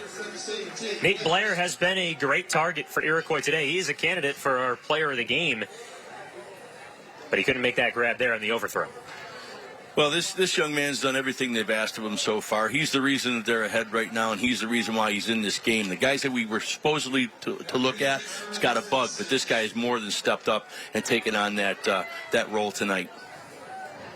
Pivotal third down for Iroquois. Kleitz moves a man in motion. That's Blair. Give to Wilkinson. Stopped immediately by the Lakeshore D-line. What a great stand by that. They put everybody in the box and they said, we know what you're going to do. Now we're going to stop you when it counts most of all. That's number 77, Gavin Whitker, the 6'3" defensive lineman. Boy, that's not a guy you want to get wrapped up by. Oof. And he's had a consistent game at the right tackle. He had one penalty on him earlier when he was setting too early, but he's playing a solid football game right there. Hold on a second here, Scott. It looks like Iroquois might go for this. 3 receivers on the near side. What does the Chiefs do here? QB keeper. Kleitz up the middle. He's got the first. Great cue draw. That was set up. It was based off of the power again. Pulled the backside guard up into the hole. Great read and run. That's a gutsy move from Iroquois to pick up the Interstate Battery's first down. Yeah, just tucked it, ran with the football right up the middle. Kind of looking like you throw a little 1-7 on there for the Bills. Like a Josh Allen sort of run right there. Just running up right up the middle. Well, their 1-7 needs another 1-7 in this game because he's been carrying the brunt of the work all day. Great job by the QB. Number 17s in Western New York just do it different, I guess. First down. Wilkinson gets the ball again, and he stops right at the line of scrimmage. What have you seen from Lakeshore's defense today, Scott? I see that they're consistently trying to take away the inside with covering up the center and the 2 guards and what we call a double eagle, but they're going back to their base overlook, and that is they're just trying to find out the rhythm of what Iroquois is trying to do with their run game. What plays offensively do you think Iroquois has done well against this defense? I think they've run the ball. They've started running the ball to the right early in the first half with the inside zone. You're going to see this H-power going to your left again. H-back power going to your left is what I'm seeing right now. We got a little Tony Romo call here, maybe. Instead, it's a pass. Kleitz unwinds. It's complete. That's Alex Miller. The receiver on the near sideline goes all the way inside the 15 for another Interstate Battery's first down. Iroquois just runs a very balanced offense. They're running the ball about as many times as they need to, and then they're setting because they're bringing everybody into the box, and that opens up the lanes and great chunks of yardage like that. Great job. Inside the Willoughby Insurance red zone. Kleitz takes the snap and gives to Wilkinson. Rush up the middle once again. Chunk play of about 4 or 5. And Wilkinson, he averages 8 yards a carry as the backup running back for this Iroquois squad. Well, that says one thing that is consistent. I mean, we got to look at our running backs and our skill players and say, keep an eye on them. But the offensive line is the consistency. You've got a 6'2", 221-pounder that's fighting a bug, and he's getting 7-8 yards a carry. You got a backup who's also doing that. The consistency is the O-line play. 2 juniors, 2 seniors, and a sophomore on the offensive line for Iroquois. A sophomore is the center. Second down inside the red zone for Iroquois. Kleitz fakes the give. He rolls out right, fakes the option, and tackled at the 5. The tackle was made by Shane Lagadida, tied for the team lead in interceptions with 2, but he comes into today's game with 19 tackles. Nice little run out there. Again, they're just getting chunks of yardage, and they're just owning the clock here. Nice little setup. Get outside the big defensive tackles and inside the 5-yard line. It's a big third down here for Iroquois. Boy, 3rd down and 4 inside the 10. Kleitz, he takes a deep breath, as you see right there. Blair in motion. 3rd down, they throw out to Blair. Catches it inside the 10. Musters his way to the goal line, and he's in. Touchdown, Iroquois. great job just wearing Lakeshore down right now with a nice mixture of power runs up the middle and getting the ball out into the flat. Really nice job. Just a race to the end zone. Nate Blair gets his second Tim Hortons touchdown of the game. Rob Petzonka said that he's a mini Gronk. Well, I mean, right now, there's nobody else on the field that's played the game that he has today. Just a tremendous effort. Tremendous effort. Nate Blair with over 100 yards receiving it today. He came into today with 103 yards. Well, it just shows you they got a lot of talent to go to. Here's the two-point conversion attempt. Kleitz dances and finds the dance floor. Two-point conversion's good. The Chiefs extend their lead 22-7. If it isn't Nate Blair, it's Justice Kleitz. This offense has been fiery between the quarterback and the tight end, and it's helped Iroquois get out to this 22-7 lead. You're watching the law offices of William Matar Thursday Night Lights, presented by the Vinyl Outlet on MyTV Buffalo. Why is Just Pizza Wing Company Buffalo's premier pizza wing company? Since opening our doors in 1992, we've been the innovator of specialty pizzas and wing sauces, creating the best pizza and wing experience for our loyal customers. Here at Just Pizza, we feature a variety of specialty pizzas, including our award-winning 3-cheese steak pizza. Now serving 25 varieties of chicken wing sauces. Hungry yet? Don't just order pizza and wings tonight. Order from Just Pizza and Wing Company, Buffalo's premier pizza and wings. Prior to the conclusion of today's game, we'll be selecting the law office of William Matar player of the game. Hurt in a car? Call William Matar.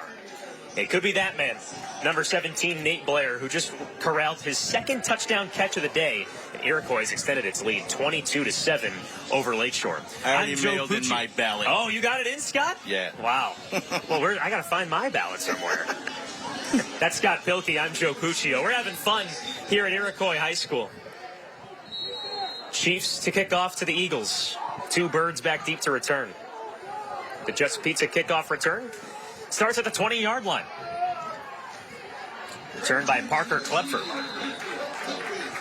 He rushes it up past the 35-yard line. So Lakeshore coming back here on offense, Scott. We haven't seen the Eagles on offense yet in this half. But after giving up a touchdown to the Chiefs, do you think there's any sort of push or aggression here from the Eagles? I think you got plenty of time. You've been moving the ball. Again, we talked about it in the first half. Coach talked about button it up. You got to finish right now. You're only down 2 scores. So let's move it down, control the clock, put it in, get your 2-point. Let's get back in the football game. That's Rob Gillette, number 7 for Lakeshore at quarterback, as you see there on your screen. 41 yards and a touchdown in the air. He also has a rushing touchdown. First down. The pump fake. Gillette unheaves. But it's right through Alex Miller, the DB's hands, incomplete. Lakeshore tries to dial up a deep bomb on its first play of the half, but it falls. Second down upcoming. I think it's a great adjustment by the coach.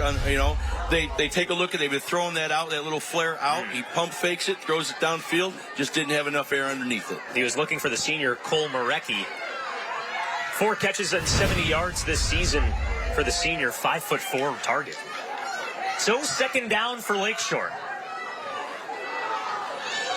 Rob Gillette was our player to watch coming into today's game. He was banged up late in the first half. Second down snap. Keeps it himself, and he's tackled right on that right leg. A tackle for loss by Sam Donovan, the junior defensive back. But let's keep our eye on number 7 for Lakeshore. They're a great adjustment at halftime to take away that power. You've got the ends that from the backside, you had them trailing behind. Now you got great pressure coming up the middle. Excellent job for tackle for loss. So the quarterback, Rob Gillette, has those candy cane stripes on his right leg. He had ice at the end of the first half on his right ankle, and he's been playing through that injury. That tackle probably didn't help. Third and long.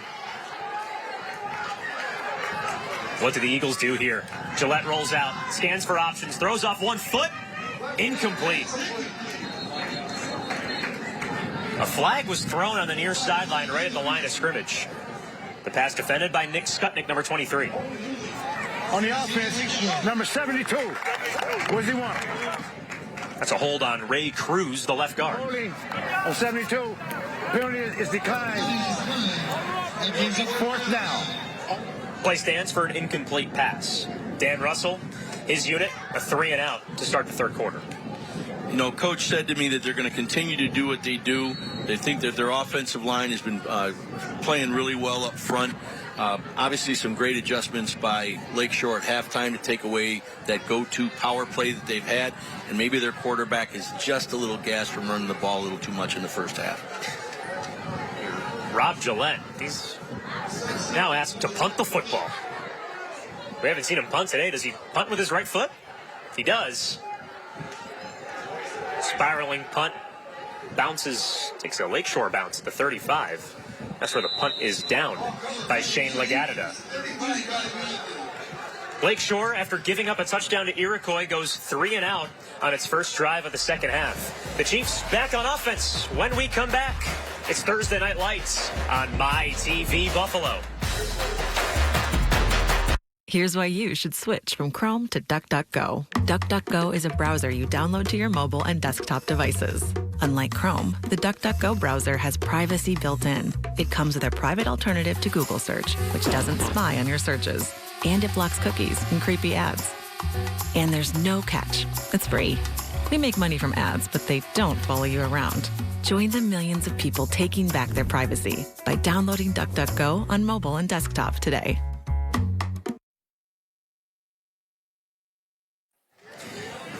Today's closed captioning is exclusively brought to you by Excellus Blue Cross Blue Shield. Excellus Blue Cross Blue Shield. Live fearless. Boy, it is gusty out here. It's still a beautiful night for football, Scott, but that wind could impact today's game. Well, right now, with the way both teams are running the football, I think that you're going to see Iroquois eat up as much clock here as possible. Don't need the wind when you're running the ball. Iroquois first down. Oh, they do decide to throw it. Wide open on the far side. It's caught. Alex Miller, foot race.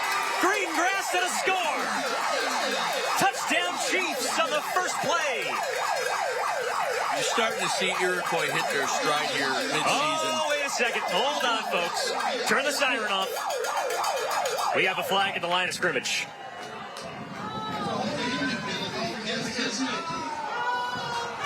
And some groans. 10-yard penalty. Still first down. So a touchdown erased. Rob Pizzanka, he's not happy about the call. What a pretty play. They've been setting that up all day. Another pump fake.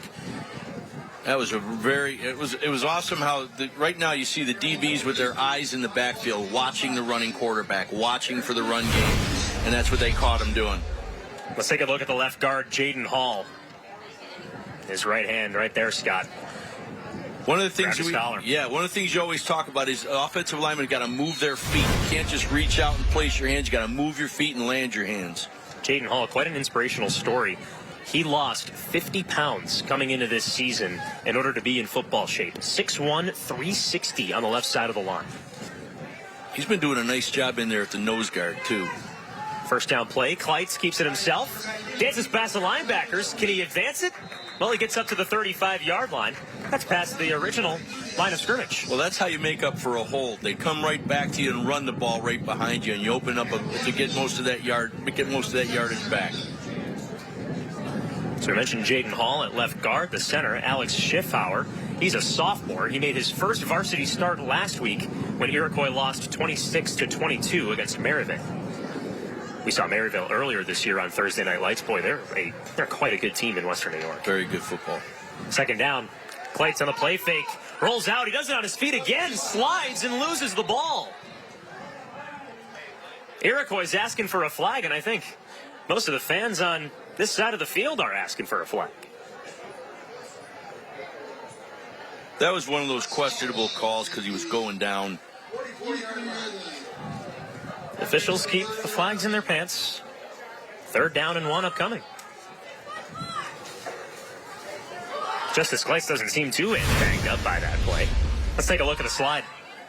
As he started going down, I don't think we saw it yet. Just his hand. Yeah, just his hand. Yeah.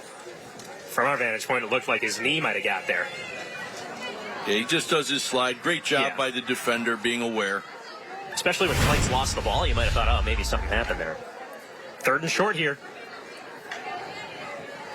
Kleitz gives to Wilkinson, the running back. Hustles up to midfield for an Interstate Batteries first down.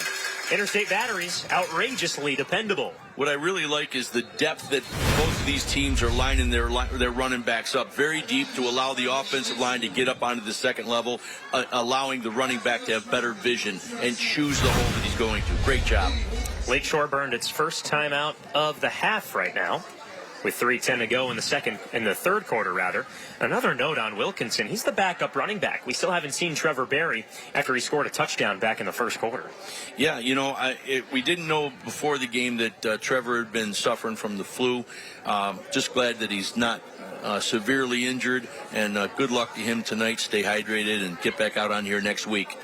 Robert Pizzonka was also worried about the flu earlier this week when we talked to him. He said he's on the downside, but things are feeling all right. Comfort Suites in Rochester. Maybe we can quarantine him, feel a little bit better. Comfort Suites in Rochester at 2085 Highland Drive in Rochester. Give him a call at 585-487-8500. Comfort Suites, housing many of our Thursday Night Lights crew up here in Western New York.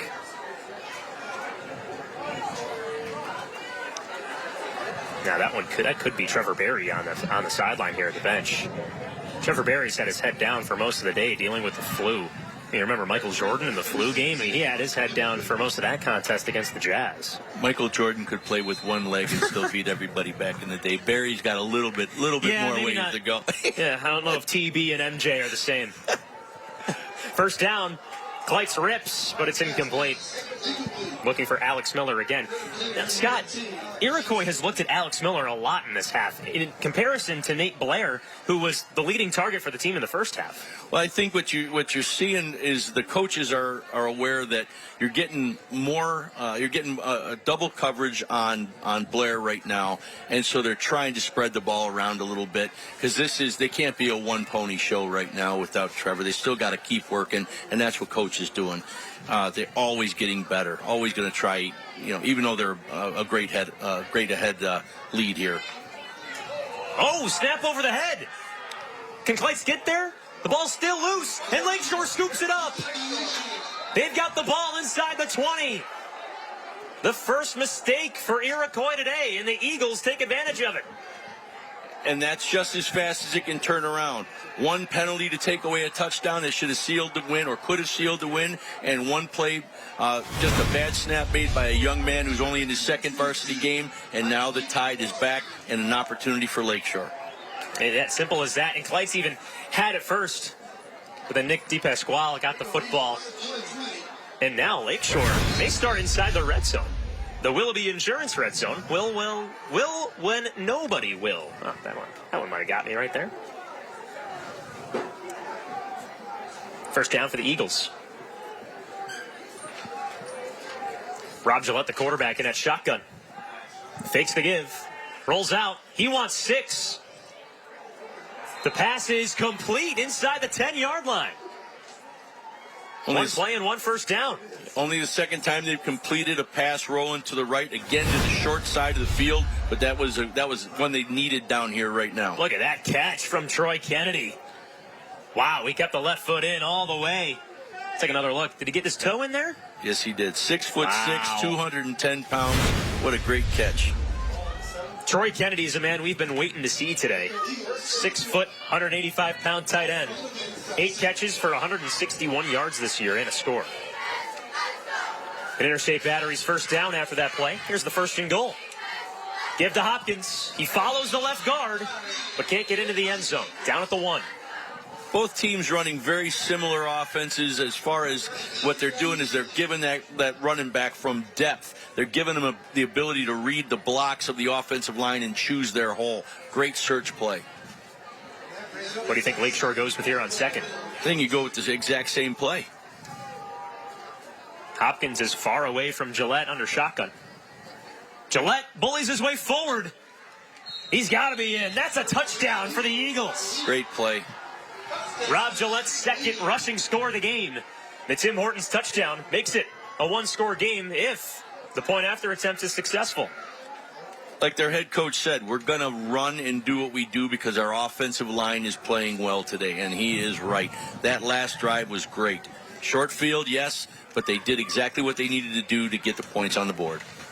So those are 2 touchdowns that you can credit to the offensive line and that coaching staff from Lakeshore getting those guys ready for this Thursday game.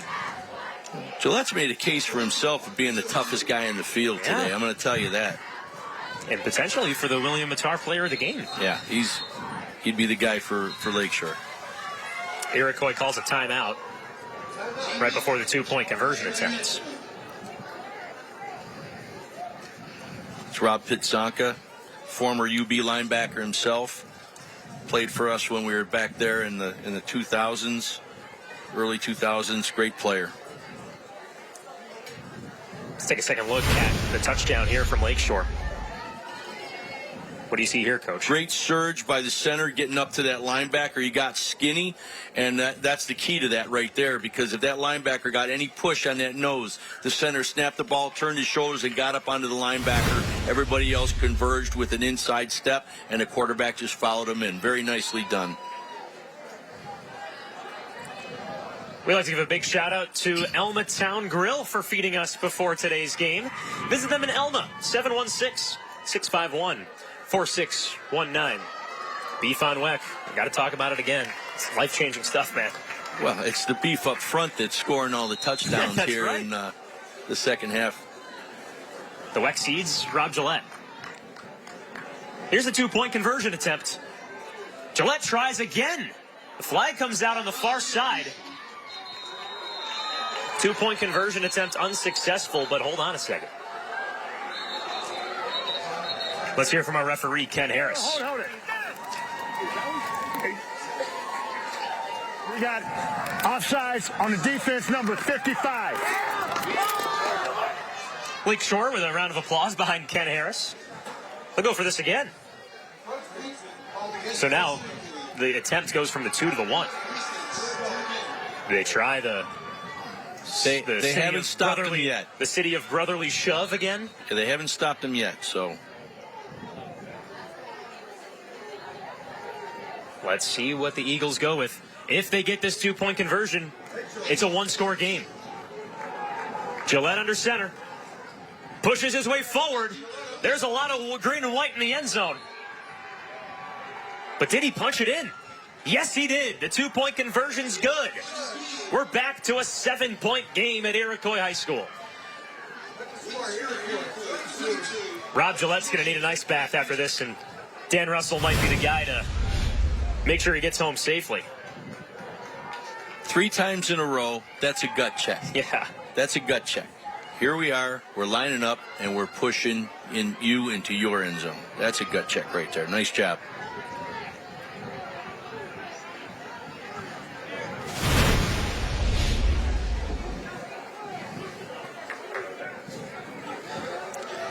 Scott, the Ubering Total Development. Let's call him 716-863-4364. Tell us about it. Oh, I appreciate that. You know, I get the opportunity to coach in Western New York, and, you know, as director of recruiting at Erie Community College, we've had a gateway of really great players from Section 6 come through our college, but also those guys that decide to go on to 4-year schools. I've had a great pleasure of coaching many of the young men that maybe were under-recruited in Western New York to the higher levels of college football, Division II, Division I. So we really focus on preparing the total development of the student athlete. So I appreciate that little blurb there. It's very nice. Thanks a lot. Development of the player. What is so important about that? You talking about it before the game, the gateway step between high school ball and, you know, playing high-level D1s as this Chesapeake kickoff is underway. You know, you get our kids have 8 games a year, and they do a great job in high school, and so many of them have so much potential, like you're seeing here today. Look at the potential of this kick return. Nick Skutnik took the football from around the 20-yard line and has a return of over 20 yards. They just, you know, they've got some really great depth on this football team. This is a great level for them. They're playing well, and everybody's doing everything they have to do to win. on both sides of the ball. These are two well-coached teams. Yeah, and I think what's most impactful is we knew how good Iroquois was coming into this game, right? 4-1 on the season, 1 or 2 regular season losses since 2019, but Lakeshore is holding their own. You're going to see a little change in tempo here, it looks like, by Coach Pizzonka. Wilkinson brought down near his neck. Everyone's looking for the flag, but what Iroquois does get is an Interstate Batteries first down. Interstate Batteries, outrageously dependable. Nice job here. Again, that depth perception of running back. They set it up to the outside, cut it back. It's a great play. Just a great play. Iroquois keeps that clock ticking. First down in enemy territory. Kleitz, 3-step drop. Unloads near side. One-on-one ball. Incomplete, but a flag. Nate Blair dragged down to the turf. I think that's probably the first time you've seen the wind affect the ball in the air. He tried coming back for it, and you got to allow him to come back for the football. On the defense, number 24. 15-yard penalty from the previous spot. The result will be a first down. The infraction on Marty Castle, the junior D-back. What do you think here, Coach? Yeah, it's a questionable thing because, again, you got to take into consideration that the ball wasn't to where it needed to be. Mm-hmm. He didn't lead him. Again, I think the wind actually played a factor in that, but the young man still has to have a chance to come back and catch the football. Automatic first for the Chiefs. Domino in motion on the first down snap. Kleitz doesn't know where to go. Fakes the throw. Now finds his man across the middle. Miller makes a juggling catch. Hustles inside the 10 for another first down. Iroquois sideline fired up. Very unselfish play. This is when you talk about the climb.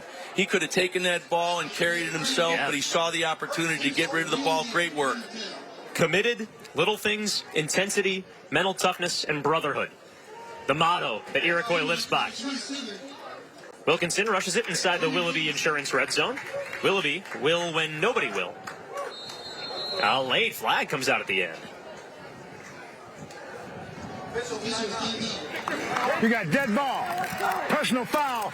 Number 59 on the defense. Half the distance penalty. Still first down. Oh, boy. Yeah, these are tough penalties when you're in this situation, when your team's battling back. These are the kind you don't want to have at this particular time of the game. That's on Brian Renzo right there, the team leader in TFLs. Junior defensive lineman, 6'1", 270. I bet that head coach Dan Russell will have a word with him. He's gonna clean him up. Gonna tell him that that's something that doesn't help us out. Coach is a pretty even-keeled guy. He's not going to rip into him, but he's going to let him know that didn't help us. So you got to be even-keeled when you're giving out weather reports. Exactly. Spectrum 1 meteorologist Dan Russell over there on the sideline. First and goal from the 2. Iroquois looking to make this, once again, a 2-score game. Whites flips to the left side, and Lakeshore finds out where the ball was going. It was supposed to be a shovel pass, if it looks like to me, but I think the running back stopped when he should have kept it up, going up into the A gap. I think that's what we were trying to see here, if I'm right. Take a look again. Yeah, it was supposed to be a shovel pass. The running back was supposed to continue up into the hole, and that's probably one of the things you get when you lose a guy like Trevor Berry. Yeah. Is that the young guys may not be able to carry out the play exactly the way it was designed. Could be the last play of the third quarter. Clayton empty. We saw a run out of this last time. He takes the snap. Here's the run again. Kleitz into the end zone. Touchdown Chiefs to end the third quarter. Great job. Justice Kleitz is fired up. You can see the coaches on the sideline screaming, but there's nothing you're going to do when you spread them out 5 wide. The Tim Hortons touchdown for Iroquois. And the Chiefs will go for 2 to try and make this a 15-point lead for Iroquois. The Chiefs had a score to end the first quarter and end the third quarter. They're buzzer-beating team over here. Well, this is the way they've been all season, especially the last couple of games. They've been pretty tight. Glites for two. And they got it. That was easy. Little breakdown in coverage in the end zone. Fell to his knees. Nice little comeback. Good catch, turn, tuck, and go. 30 points for the Chiefs. In a tight physical ball game, they lead by 15 over Lakeshore. Justice Glites the man. The receiver, Alex Miller, gets the 2-point conversion. We'll be right back on MyTV Buffalo. Did you know our installs are hassle-free and our quality workmanship is second to none? Don't wait. Fall is the best time to save on your new fence, deck, or porch. With the Vinyl Outlet, take advantage of 30% off and great special financing. Schedule your appointment today. 684-0800. Hi, I'm Dr. Todd Shatkin here with Hall of Fame running back Thurman Thomas. My family and I have been coming to Dr. Shatkin's dental office for years. The office is beautiful and the staff is outstanding. Thanks, Thurman. It's been an honor for me to take care of you and your family. For a Hall of Fame smile, go where the pros go. Dr. Todd Shatkin at the Aesthetic Associates Center. Call today for a free consultation, 839-1700. Update your deck in as little as one day with the Vinyl Outlet. Buy now and lock in the best rates. We have transformed over 30,000 homes in Western New York. Fall is the best time to save. Take advantage of 30% off and great special financing. 684-0800. I was thinking we could bust out a little robotic rap. This is more than theoretical. It's for real, not hypothetical. One show will make your night comical, and the fun so astronomical. It's only logical. Big Bang Theory, watch it all the time. So robotic and a bit neurotic, part mechanical, totally hysterical. And just in case you forgot, you're in my spot. The Big Bang Theory. Weeknights on MyTV Buffalo.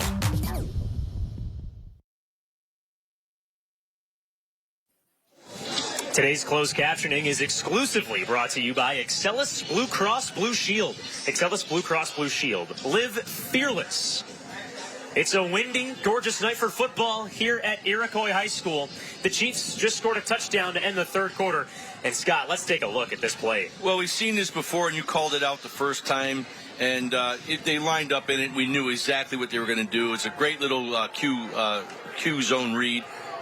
Justice Glites with the touchdown rush, a buzzer-beating third quarter touchdown, and now with 12 minutes on the clock in the fourth, the Chiefs kick off to the Eagles. Oh, the ball goes right through the hands. The return starts at the 5-yard line by Marecki. Cuts it back, and he's met at the 10. Oh, a disastrous start for the Eagles. But a great use of the wind. That's where you're starting to see the wind come into play here. Nice kickoff. Those flags that you just saw are blowing right to that end zone. That says Iroquois out to the left. There's Dan Russell and Rob Gillette. The quarterback for the Eagles, Gillette, has had a physical and long night. He has 2 rushing touchdowns, but he's been used as a battering ram behind this offensive line. Yeah, he is a really tough kid. I love his character. You know, even though he's a little dinged up, he's, you know, you can see he's got some great poise. Both quarterbacks do. That says the reflection of how they're being coached. There's his right leg that we've been keeping an eye on all day long. He had ice on his right ankle back in the first quarter. Gillette playing through injury on first down. The reverse handoff. He finds Parker Klepfer. But the rush goes just short of the 20. Had some green grass on the outside, but Klepfer was brought down before the line to gain. Nice chunk of change there, 8 yards. Put him in a good second and short. The last time Lakeshore did that, it was a huge gain that helped the Eagles propel to a touchdown. Good start to this drive, deep out of their own end. How important is it to get some breathing room on the first play? I think just, again, he's consistent. Coach is consistent. He's relying on his own line. Second down for the Eagles.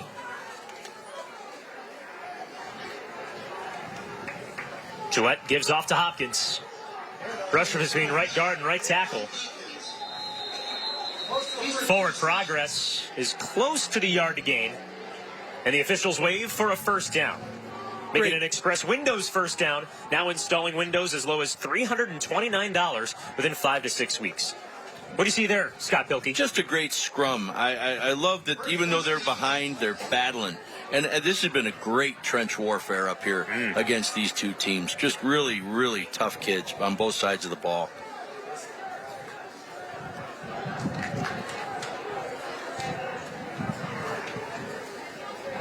First down, reverse handoff. Xander Marr on the outside.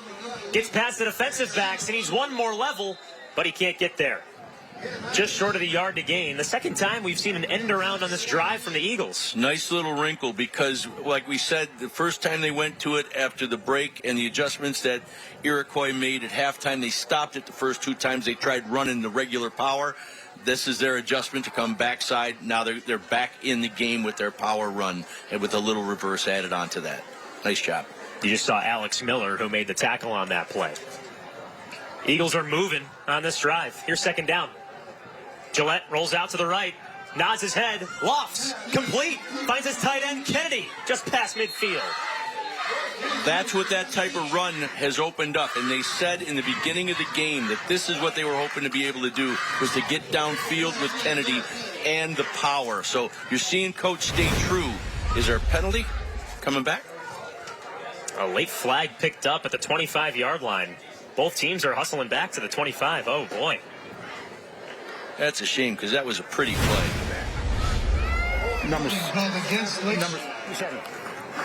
Block in the back, according to our referee tonight, Ken Harris. You mentioned it. Beautiful play, but all for naught. Second down and 11 now. I hate when you... Let's take a look at the right of the screen here. Yep, that push from the right tackle. Number 77, Gavin Whitker. That's a tough call because it's still in the it's still in the box. That's a tough call right there. Gillette with a QB keeper. He has some space in front from his blockers. Races past the 30 and pushed out of bounds. That gets the yardage right back. Rob Gillette moves the sticks for an Express Windows first down. Now installing windows as low as $329 within 5 to 6 weeks. Gillette's a special kid. I mean, when you can see him, even with his pain, look, there's no grimace, there's no hesitation in his gait. Great job. Scott, when you have a quarterback like that, that's physical, coming from your coaching background, how does that open up your offense? Well, I think, everything that you're trying to do is he brings added value to this team by being able to make plays with his legs, like we've seen on Iroquois as well. First down snap to the quarterback. Reverse handoff once again. This time to Ben Marr, the junior running back. He stops just short of the line to gain. Making about 7 or 8 on that rush. Eagles have been getting chunk plays here on this drive. They're a very good football team, but like we've talked about, they got to finish like they did down here with the push, 3 in a row. You've got to see that again. They've got to score here. They've got to score on this drive. And time is not on Dan Russell's side, wearing the black khaki shorts and the green polo. What does the head coach for Lakeshore scheme up here? Gillette, play action. On his back foot, he throws.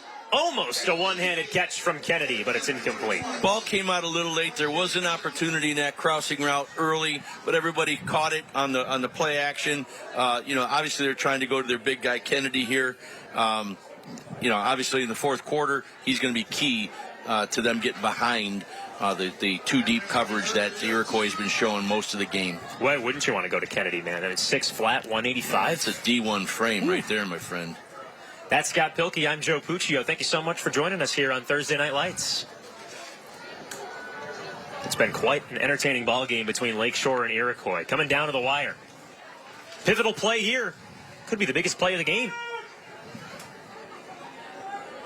Gillette fakes the give, and he's stopped in the backfield. Brady Wilkinson with the TFL. The biggest stop of the game. And a heavy loss for Lakeshore. Well, I think right here you have to go for it. With 9 minutes left, and if you're really truly believing in you've been picking up 5 to 7 yards. This is the first time that they've gotten penetration into the background. They bring that Mike blitz. Great job. Good penetration there. That's Gavin Whitker, who we talked about earlier, who had that block in the back, missed his assignment on the pull to the left side. That's you what, you bring one extra guy with that blitz, and then the power is... Biggest play of the game. And the quarterback's brought down in the backfield. 2 consecutive sacks from the Iroquois defense.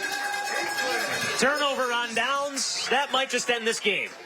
Well, now you're just going to see back to bread and butter. You're going to see a lot of run, maybe a little play action pass, quick ball out. Nate Blair with a tackle for loss. A potential player of the game candidate comes up with the stop. Iroquois back on offense when we return on the law offices of William Matar. Thursday Night Lights, presented by the Vinyl Outlet. Why is Just Pizza Wing Company Buffalo's premier pizza wing company? Since opening our doors in 1992, we've been the innovator of specialty pizzas and wing sauces, creating the best pizza and wing experience for our loyal customers. Here at Just Pizza, we feature a variety of specialty pizzas, including our award-winning 3-cheese steak pizza. Now serving 25 varieties of chicken wing sauces. Hungry yet? Don't just order pizza and wings tonight. Order from Just Pizza and Wing Company, Buffalo's premier pizza and wings.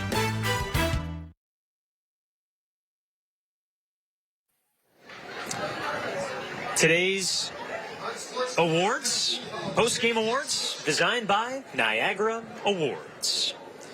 So during the commercial break, Lakeshore got an unsportsmanlike conduct penalty as the two teams were standing out on the field. So the Eagles get sacked on 4th down, Scott Pilkey, lose the football, and now Iroquois has even better field position. Well, it's you know, you can lose a football game, but then you can do things to lose a football game. And again, 2 pivotal, unsportsmanlike penalties down in their own zone. Those are tough to get over. You don't win with those type of penalties. Justice Kleitz and the Iroquois offense back on the field. Dan Russell, he's asking for an explanation from the referee, Ken Harris. Well, you know, coach is going to ask him 2 things. Number 1, who is it? And number 2, you know, what's the situation? Because even though you're down, as a coach, you're thinking about, okay, how do we get better so we don't do this again in the next game? How do we practice this? You talked about development earlier in this game, about how important it is at the high school level. When something like that happens with your team, what do you tell the player?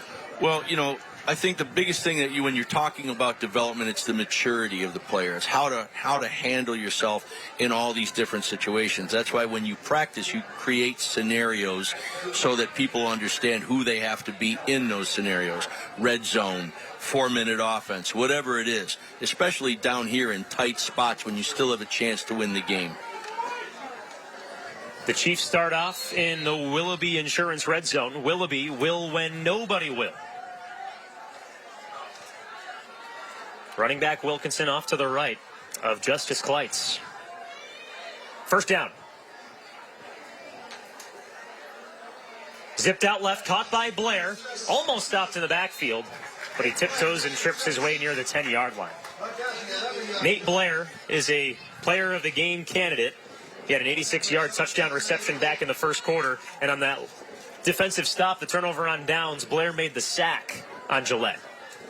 Yeah, not only is he beating you on the offense, he puts you to bed on the defense too. Really complete football player. Iroquois set up for 2nd down.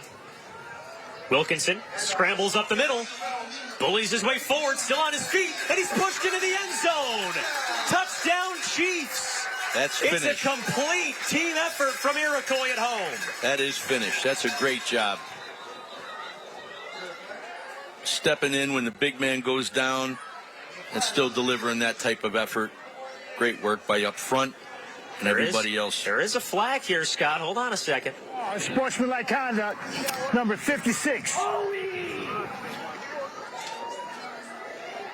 Owen Kent gets called for an unsportsmanlike conduct penalty. The right guard on the kickoff.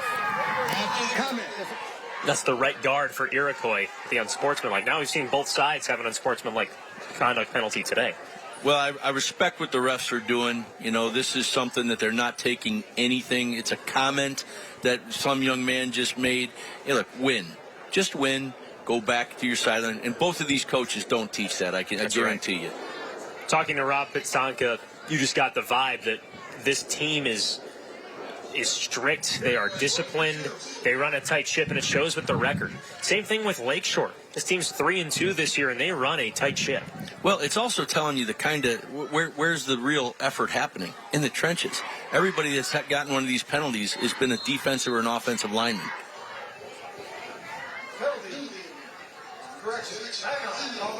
Iroquois calls a timeout before the 2-point conversion attempt. There's Rob Pizzonka right there, the former UB coach. Robert Pizzonka, also a special ed teacher here at Iroquois. And he said that he didn't intend on being a special ed teacher, but his brother, who was a special ed student, motivated Rob to become a special ed instructor. Rob was coaching at New Milford Academy when his brother was good enough to play Division I football, but he didn't have enough credits. He was just 1 credit short. So what happened is that Rob let his brother play for him at New Milford Academy in New Berlin, and he ended up becoming a solid linebacker at the NCAA level. And Rob was really motivated by his brother that he decided to come back here to Iroquois. He could have taken coaching jobs with Doug Marone's staff at Syracuse, worked his way up the NCAA rankings, but instead he wanted to come here to Iroquois, be a part of this environment that you see right now, give back to all the people that gave back to him when he was a student. Yeah, you know, both of these coaches, you could just tell that the kids are the most important thing, and you can even see when coach is up 2 touchdowns, he doesn't stop coaching his guys. This is constant learning. After the timeout, here's the 2-point conversion attempt.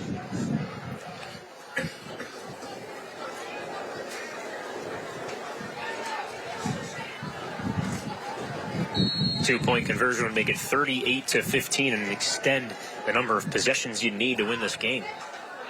Shotgun snap. Kleitz couldn't even give it off. Lakeshore sends the house, and Xander Maher stops Kleitz in the backfield. 2-point conversion nowhere close to being good. But the Chiefs are running away with this ball game, up 36-15 on Lakeshore.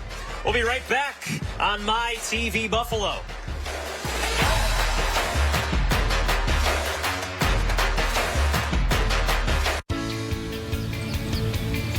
It's apple picking time. When was the last time you bit into an apple? With affordable Shatkin Mini Dental Implants, you can. Stabilize your dentures and replace missing teeth in as little as 1 visit. You can be you again, only better. Call the Aesthetic Associate Center today at 716-839-1700 for your free consultation.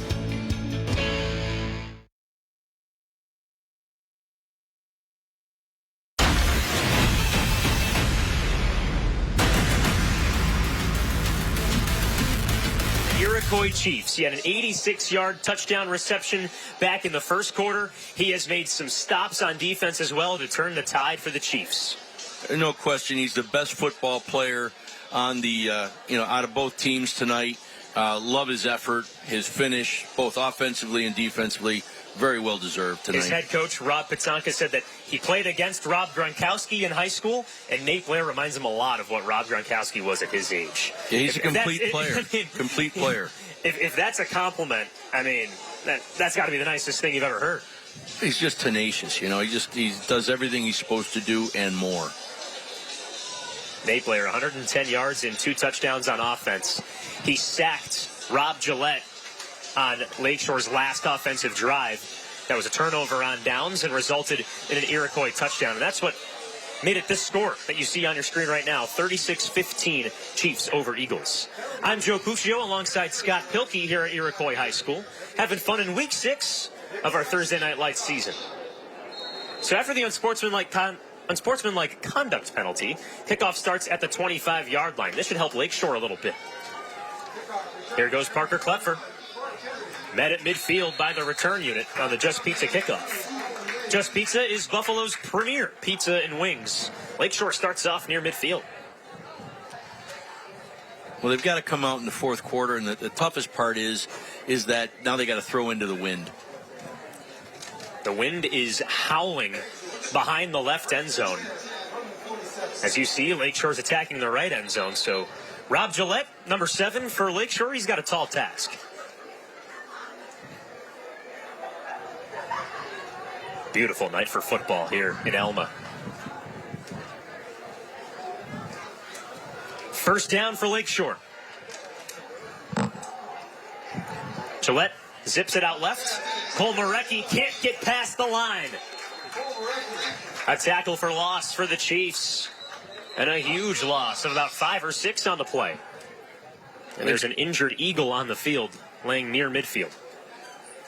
They went back to that flare like they started the game out with, but what you have right now is you have a very aggressive defensive. They're pressing the outside wide receivers. Good defensive scheme by Iroquois all day long. That's Ben Marr. That was the first time that we saw Ben Marr come back into this game. He was hurt back in the second quarter. First play in the fourth quarter, and he's helped off the field. That's not a good sign. Well, you look at what like Coach Pitzonka is talking about. This is a tough guy's game, and you got to be a tough guy to play this game. And when your team needs you, you go back in. I mean, that's old school. Hope he's all right, though.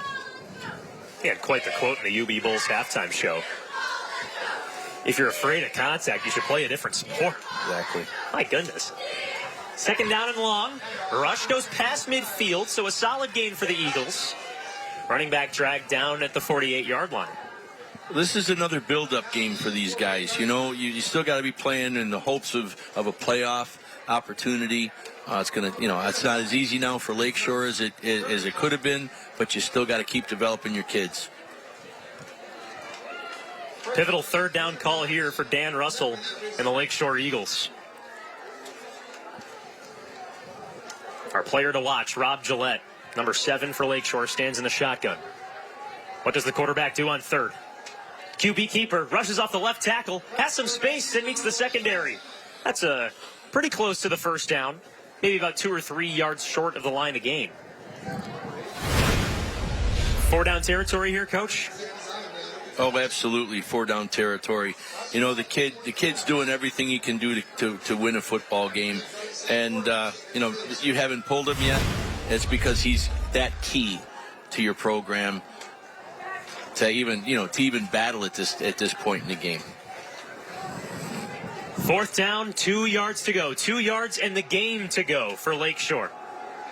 Gillette gets the snap, hands off to Hopkins, rushes up the middle, and he gets the first down.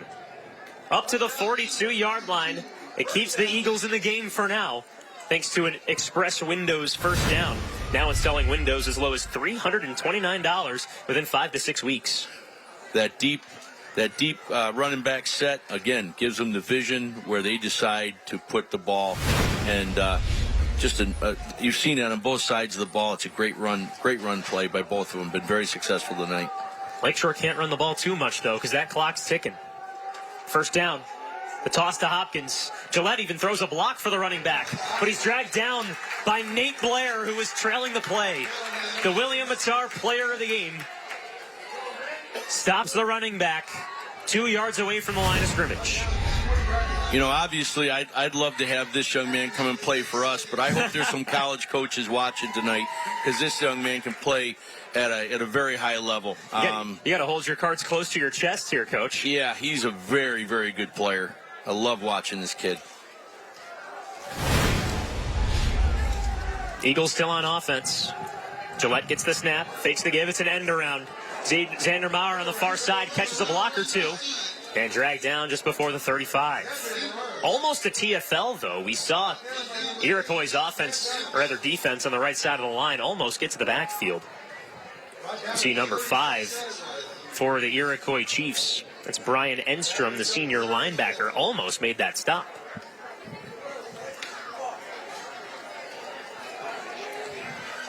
Another key third down for Lakeshore.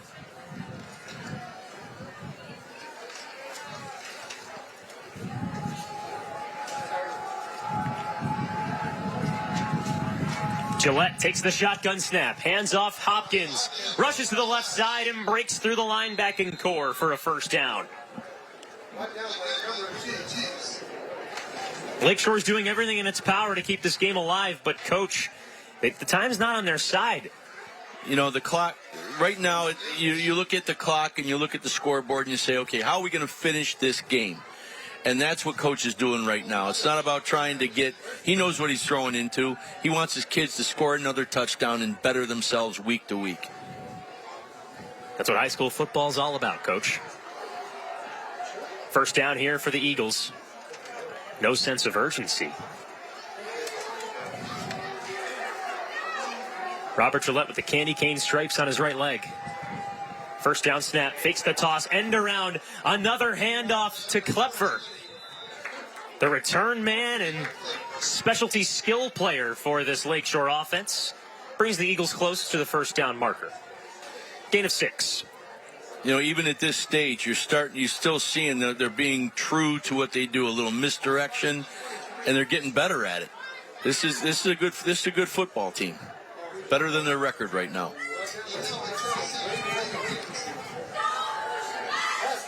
Second down play. And a completion that brings Lakeshore into the Willoughby Insurance red zone. Willoughby will when nobody will. Parker Klepfer, number 20 for Lakeshore, has been a specialty skill player. Xander Marr has been the leading receiver for this team. The Iroquois sort of kept him in check today.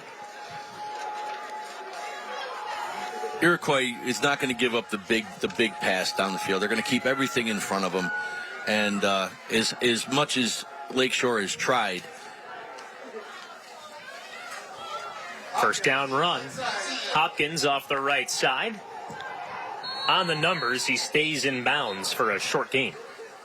Ball squirted out at the end, but Lakeshore keeps possession. As much as Zach Larson wanted to keep that ball for his side.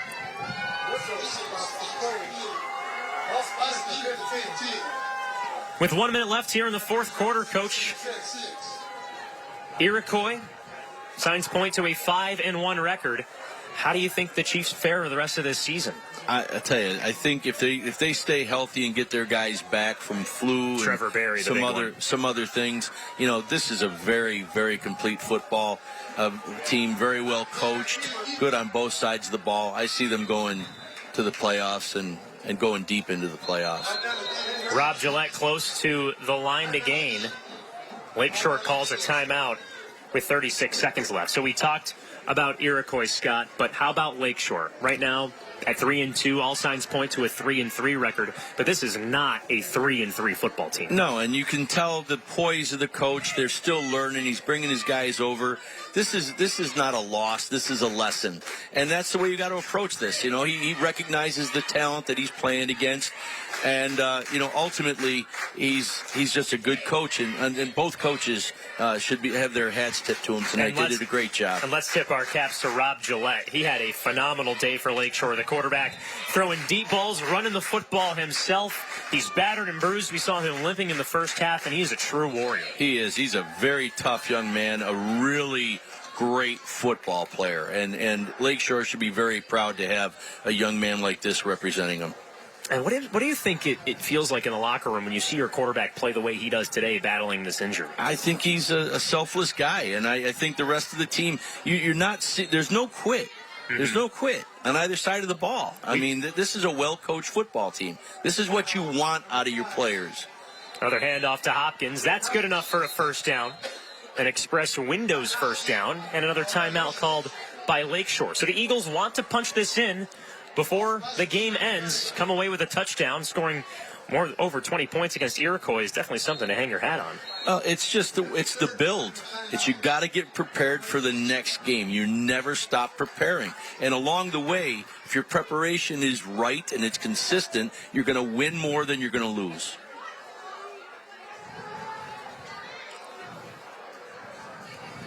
You mentioned it earlier, Scott, that Iroquois needs to get everyone healthy. Trevor Berry was our player to watch today. He leaves the game after scoring a touchdown. He's been dealing with the flu all week. But Brady Wilkinson, number 27 for the Chiefs, has stepped up mightily.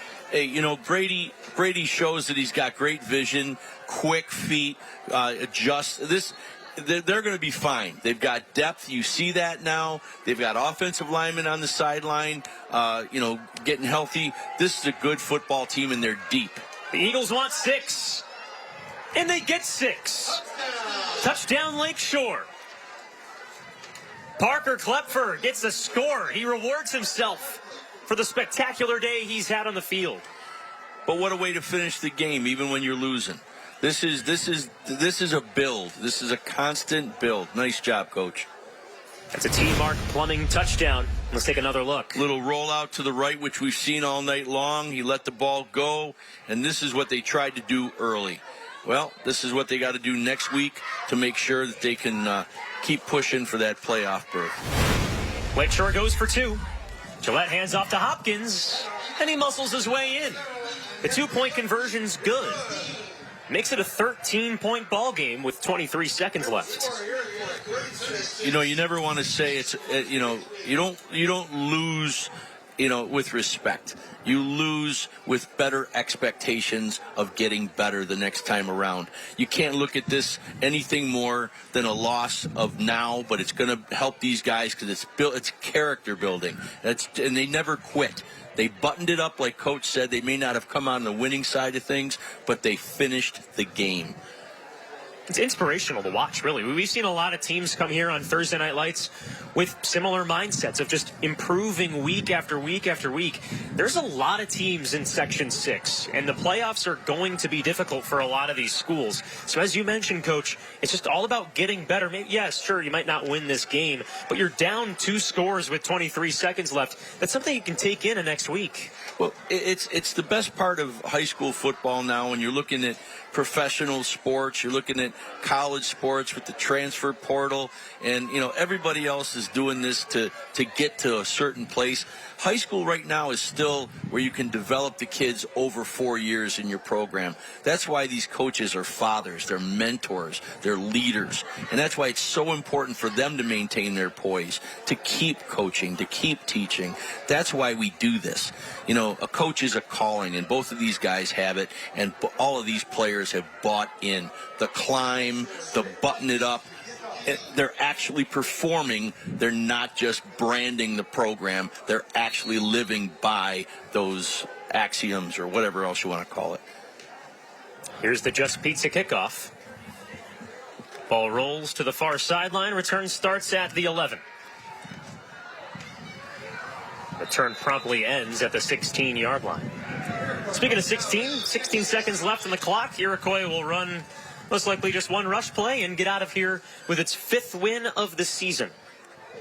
Great game by both of them. Excellent game. And Rob Pizzanka said before this game today that they're coming off of a loss. And normally when Iroquois comes off of a loss, it's a loss that ends the season. The Chiefs lost their 2nd regular season contest since 2019 last week. And Rob Pizzanka's crew comes out, knew they had to face adversity in a position they have never been in before, but they come out with a win today. That's the final play of the game. And Iroquois is victorious for the 5th time this season. An aggressive physical contest between 2 disciplined ball clubs, but the Chiefs come out with the win at home, 36-23 over Lakeshore. We'll have post-game coverage coming up, an interview with Rob Pizzanka and our player of the game, Nate Blair, down on the field. Folks, you don't want to go anywhere. There is more coverage to be had right here on MyTV Buffalo. Iroquois winners today, 36-23.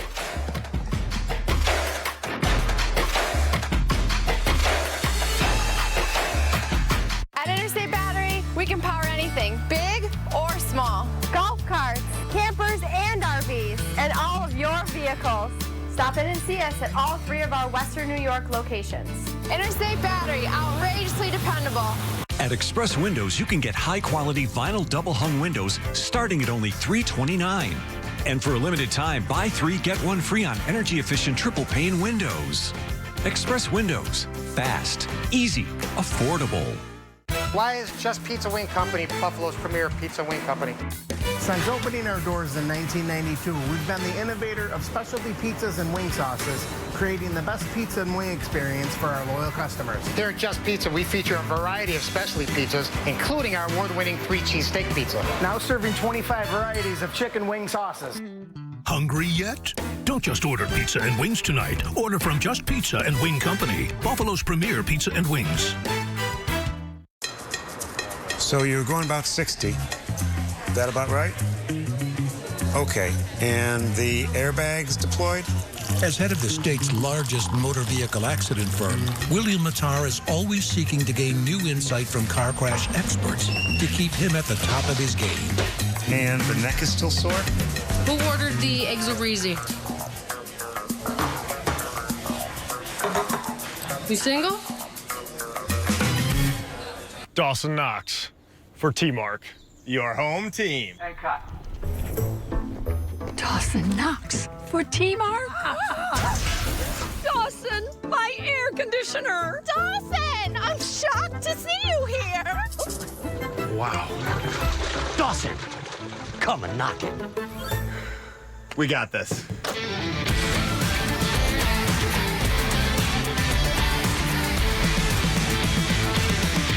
At Express Windows, you can get high-quality vinyl double-hung windows starting at only $329. And for a limited time, buy 3, get 1 free on energy-efficient triple-pane windows. Express Windows. Fast, easy, affordable. At Interstate Battery, we can power anything, big or small. Golf carts, campers, and RVs, and all of your vehicles. Stop in and see us at our Hamburg and Kenmore locations. Interstate Battery, outrageously dependable.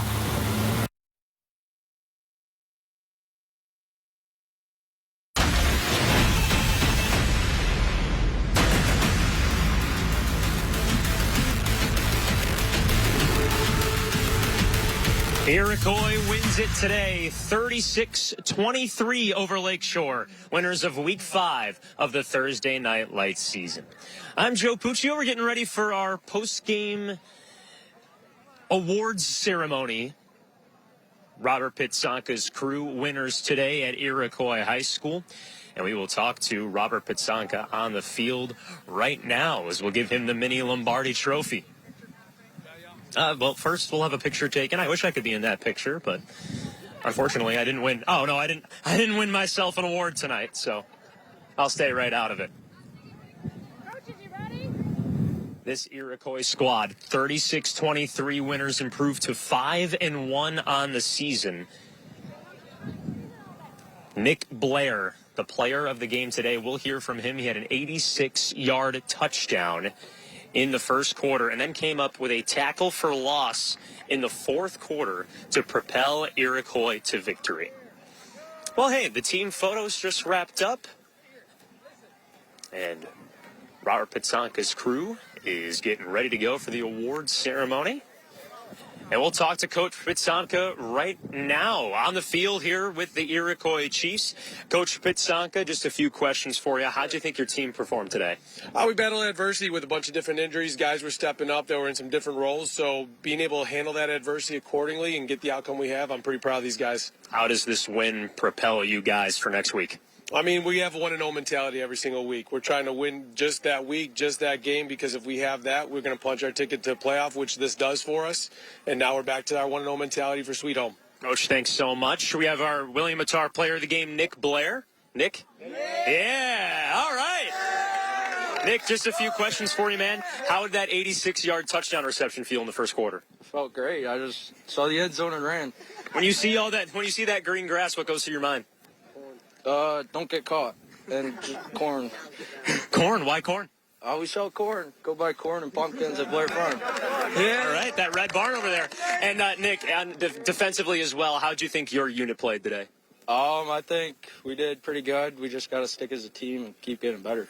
All right, Nick, well, hey, bring this to the cornfield, lift it high above your head. The Thursday Night Lights champions, the Iroquois Chiefs.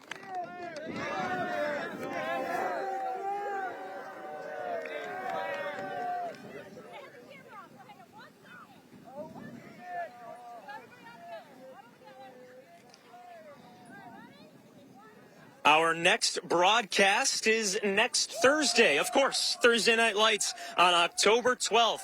We saw the Cheektowaga Warriors in Week 2, and we see them again next Thursday when they take on South Park. That's a 7 p.m. kickoff, so join us right here at 7 o'clock on My TV Buffalo. All of us would like to take a moment to thank the wonderful sponsor partners, the Law Office of William Mattar, the Vinyl Outlet, Aesthetic Associates Center, and the University at Buffalo, who, through their contributions to the program, make these games possible for you, viewers at home. We'd also like to thank our other great sponsors, supporters, for their contributions to the 2023 Thursday Night Lights telecasts. Excellus Blue Cross Blue Shield, Express Windows, Interstate Batteries, Willoughby Insurance, Tim Hortons, T-Mark Plumbing, and Just Pizza. And we'd like to especially thank tonight's participating high schools and their administrators for their continued support. Lakeshore High School and our host, Iroquois High School.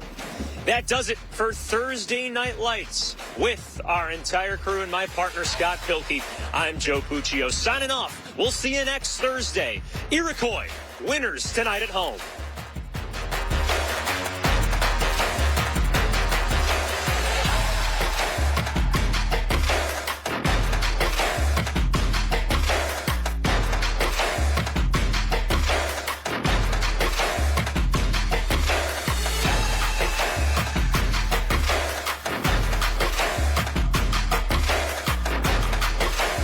Are you looking to protect your family and pets with a new fence? Do you need some privacy too? Don't wait any longer. Fall is the best time to save on a fence. Call now for 30% off and great special financing. Trust in the best. The Vinyl Outlet, 684-0800 or thevinyloutlet.com. Why do you ride? Why do I ride? I like doing dangerous things safely. I ride because I can't imagine not. I'm kind of a gearhead. I love being lost. There's no way I'm putting a GPS on my bike. Knees in the breeze, man. It's like, there's nothing like it. There's a love for riding that can't be explained unless you ride.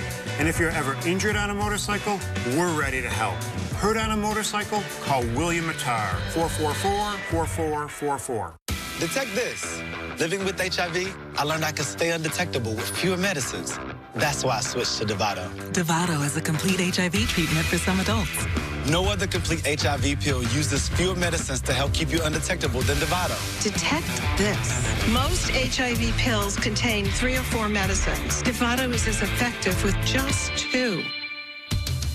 If you have hepatitis B, don't stop Dovato without talking to your doctor. Don't take Dovato if you're allergic to its ingredients or taking dofetilide. This can cause serious or life-threatening side effects. If you have a rash or allergic reaction symptoms, stop Dovato and get medical help right away. Serious or life-threatening lactic acid buildup and liver problems can occur. Tell your doctor if you have kidney or liver problems, or if you are pregnant, breastfeeding, or considering pregnancy. Dovato may harm an unborn baby. Most common side effects are headache, nausea, diarrhea, trouble sleeping, tiredness, and anxiety. Detect this. I stay undetectable with fewer medicines. Ask your doctor about switching to Dovato. Do you know the Vinyl Outlet does fence installation? And most can be completed in as little as 1 day. Our hassle-free installs allow you to start enjoying right now. Join the rest of the 30,000 satisfied Western New York customers who believe in the best. The Vinyl Outlet. Call now, 684-0800. You tell me the truth so I can lie for you. Chicago PD, no one more! Chicago PD. On My TV Buffalo. We now join our regularly scheduled program already in progress.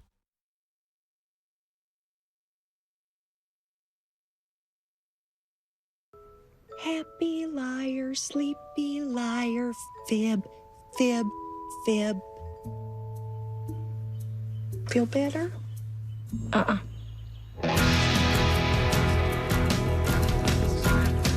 Really? Cooper's out sick? What a baby. Really? Cooper's out sick? Oh, baby! Hallelujah! Happy birthday to me. Shelly, I'm gonna run to the grocery store real quick so I can make you some soup. Okay. I had lied to my mother and gotten away with it. The guilt was more than I could take. I had to make this right. I could confess and break my mother's heart, or I could turn my lie into the truth and actually get myself sick. Hi, Sheldon. Hello, Billy. I hear you're not feeling well. I'm not. I have a cold. That's too bad. Put her there. Why? Just shake my hand, Billy. But my mom says that's how germs get spread. I know. You do? When did you talk to my mom?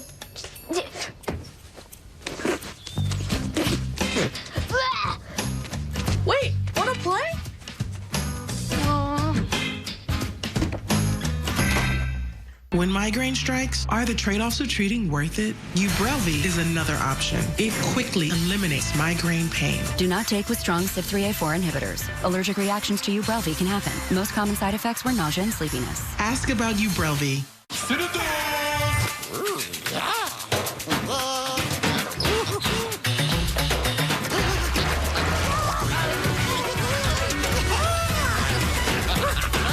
Cinnamon Toast Crunch, blasted with Cinnadust. Be sure to watch Smart Living, airing on Wednesday in the National Desk on MyTV Buffalo, where we provide you with helpful savings tips to ease the stress during these challenging financial times. Smart Living is sponsored by Community Bank. This is your season to smile, to gather together and discover the moments that matter, to jump into the fun and join in the celebration. To help get you ready, your Aspen Dental team is celebrating 25 years of affordable care with an epic anniversary savings event. Right now, new patients without insurance get a free full exam and x-rays. Plus, everyone can get 20% off their treatment plan. But hurry, because while the season won't last, the memories you make together will. Aspen Dental. Book today. You know why I love Halloween? Why? People give me Kit Kats for free. Son, you're 8. All your Kit Kats are free. Happy Halloween! Have a break, have a Kit Kat. What's the matter, Old Gold? I'm all broken up. Nobody wants me. Airport Plaza Jewelers loves Old Gold. We will buy you for cash, melt you down, cast you into new jewelry, and even crown you with a beautiful new diamond. Wow, can we go now? Of course.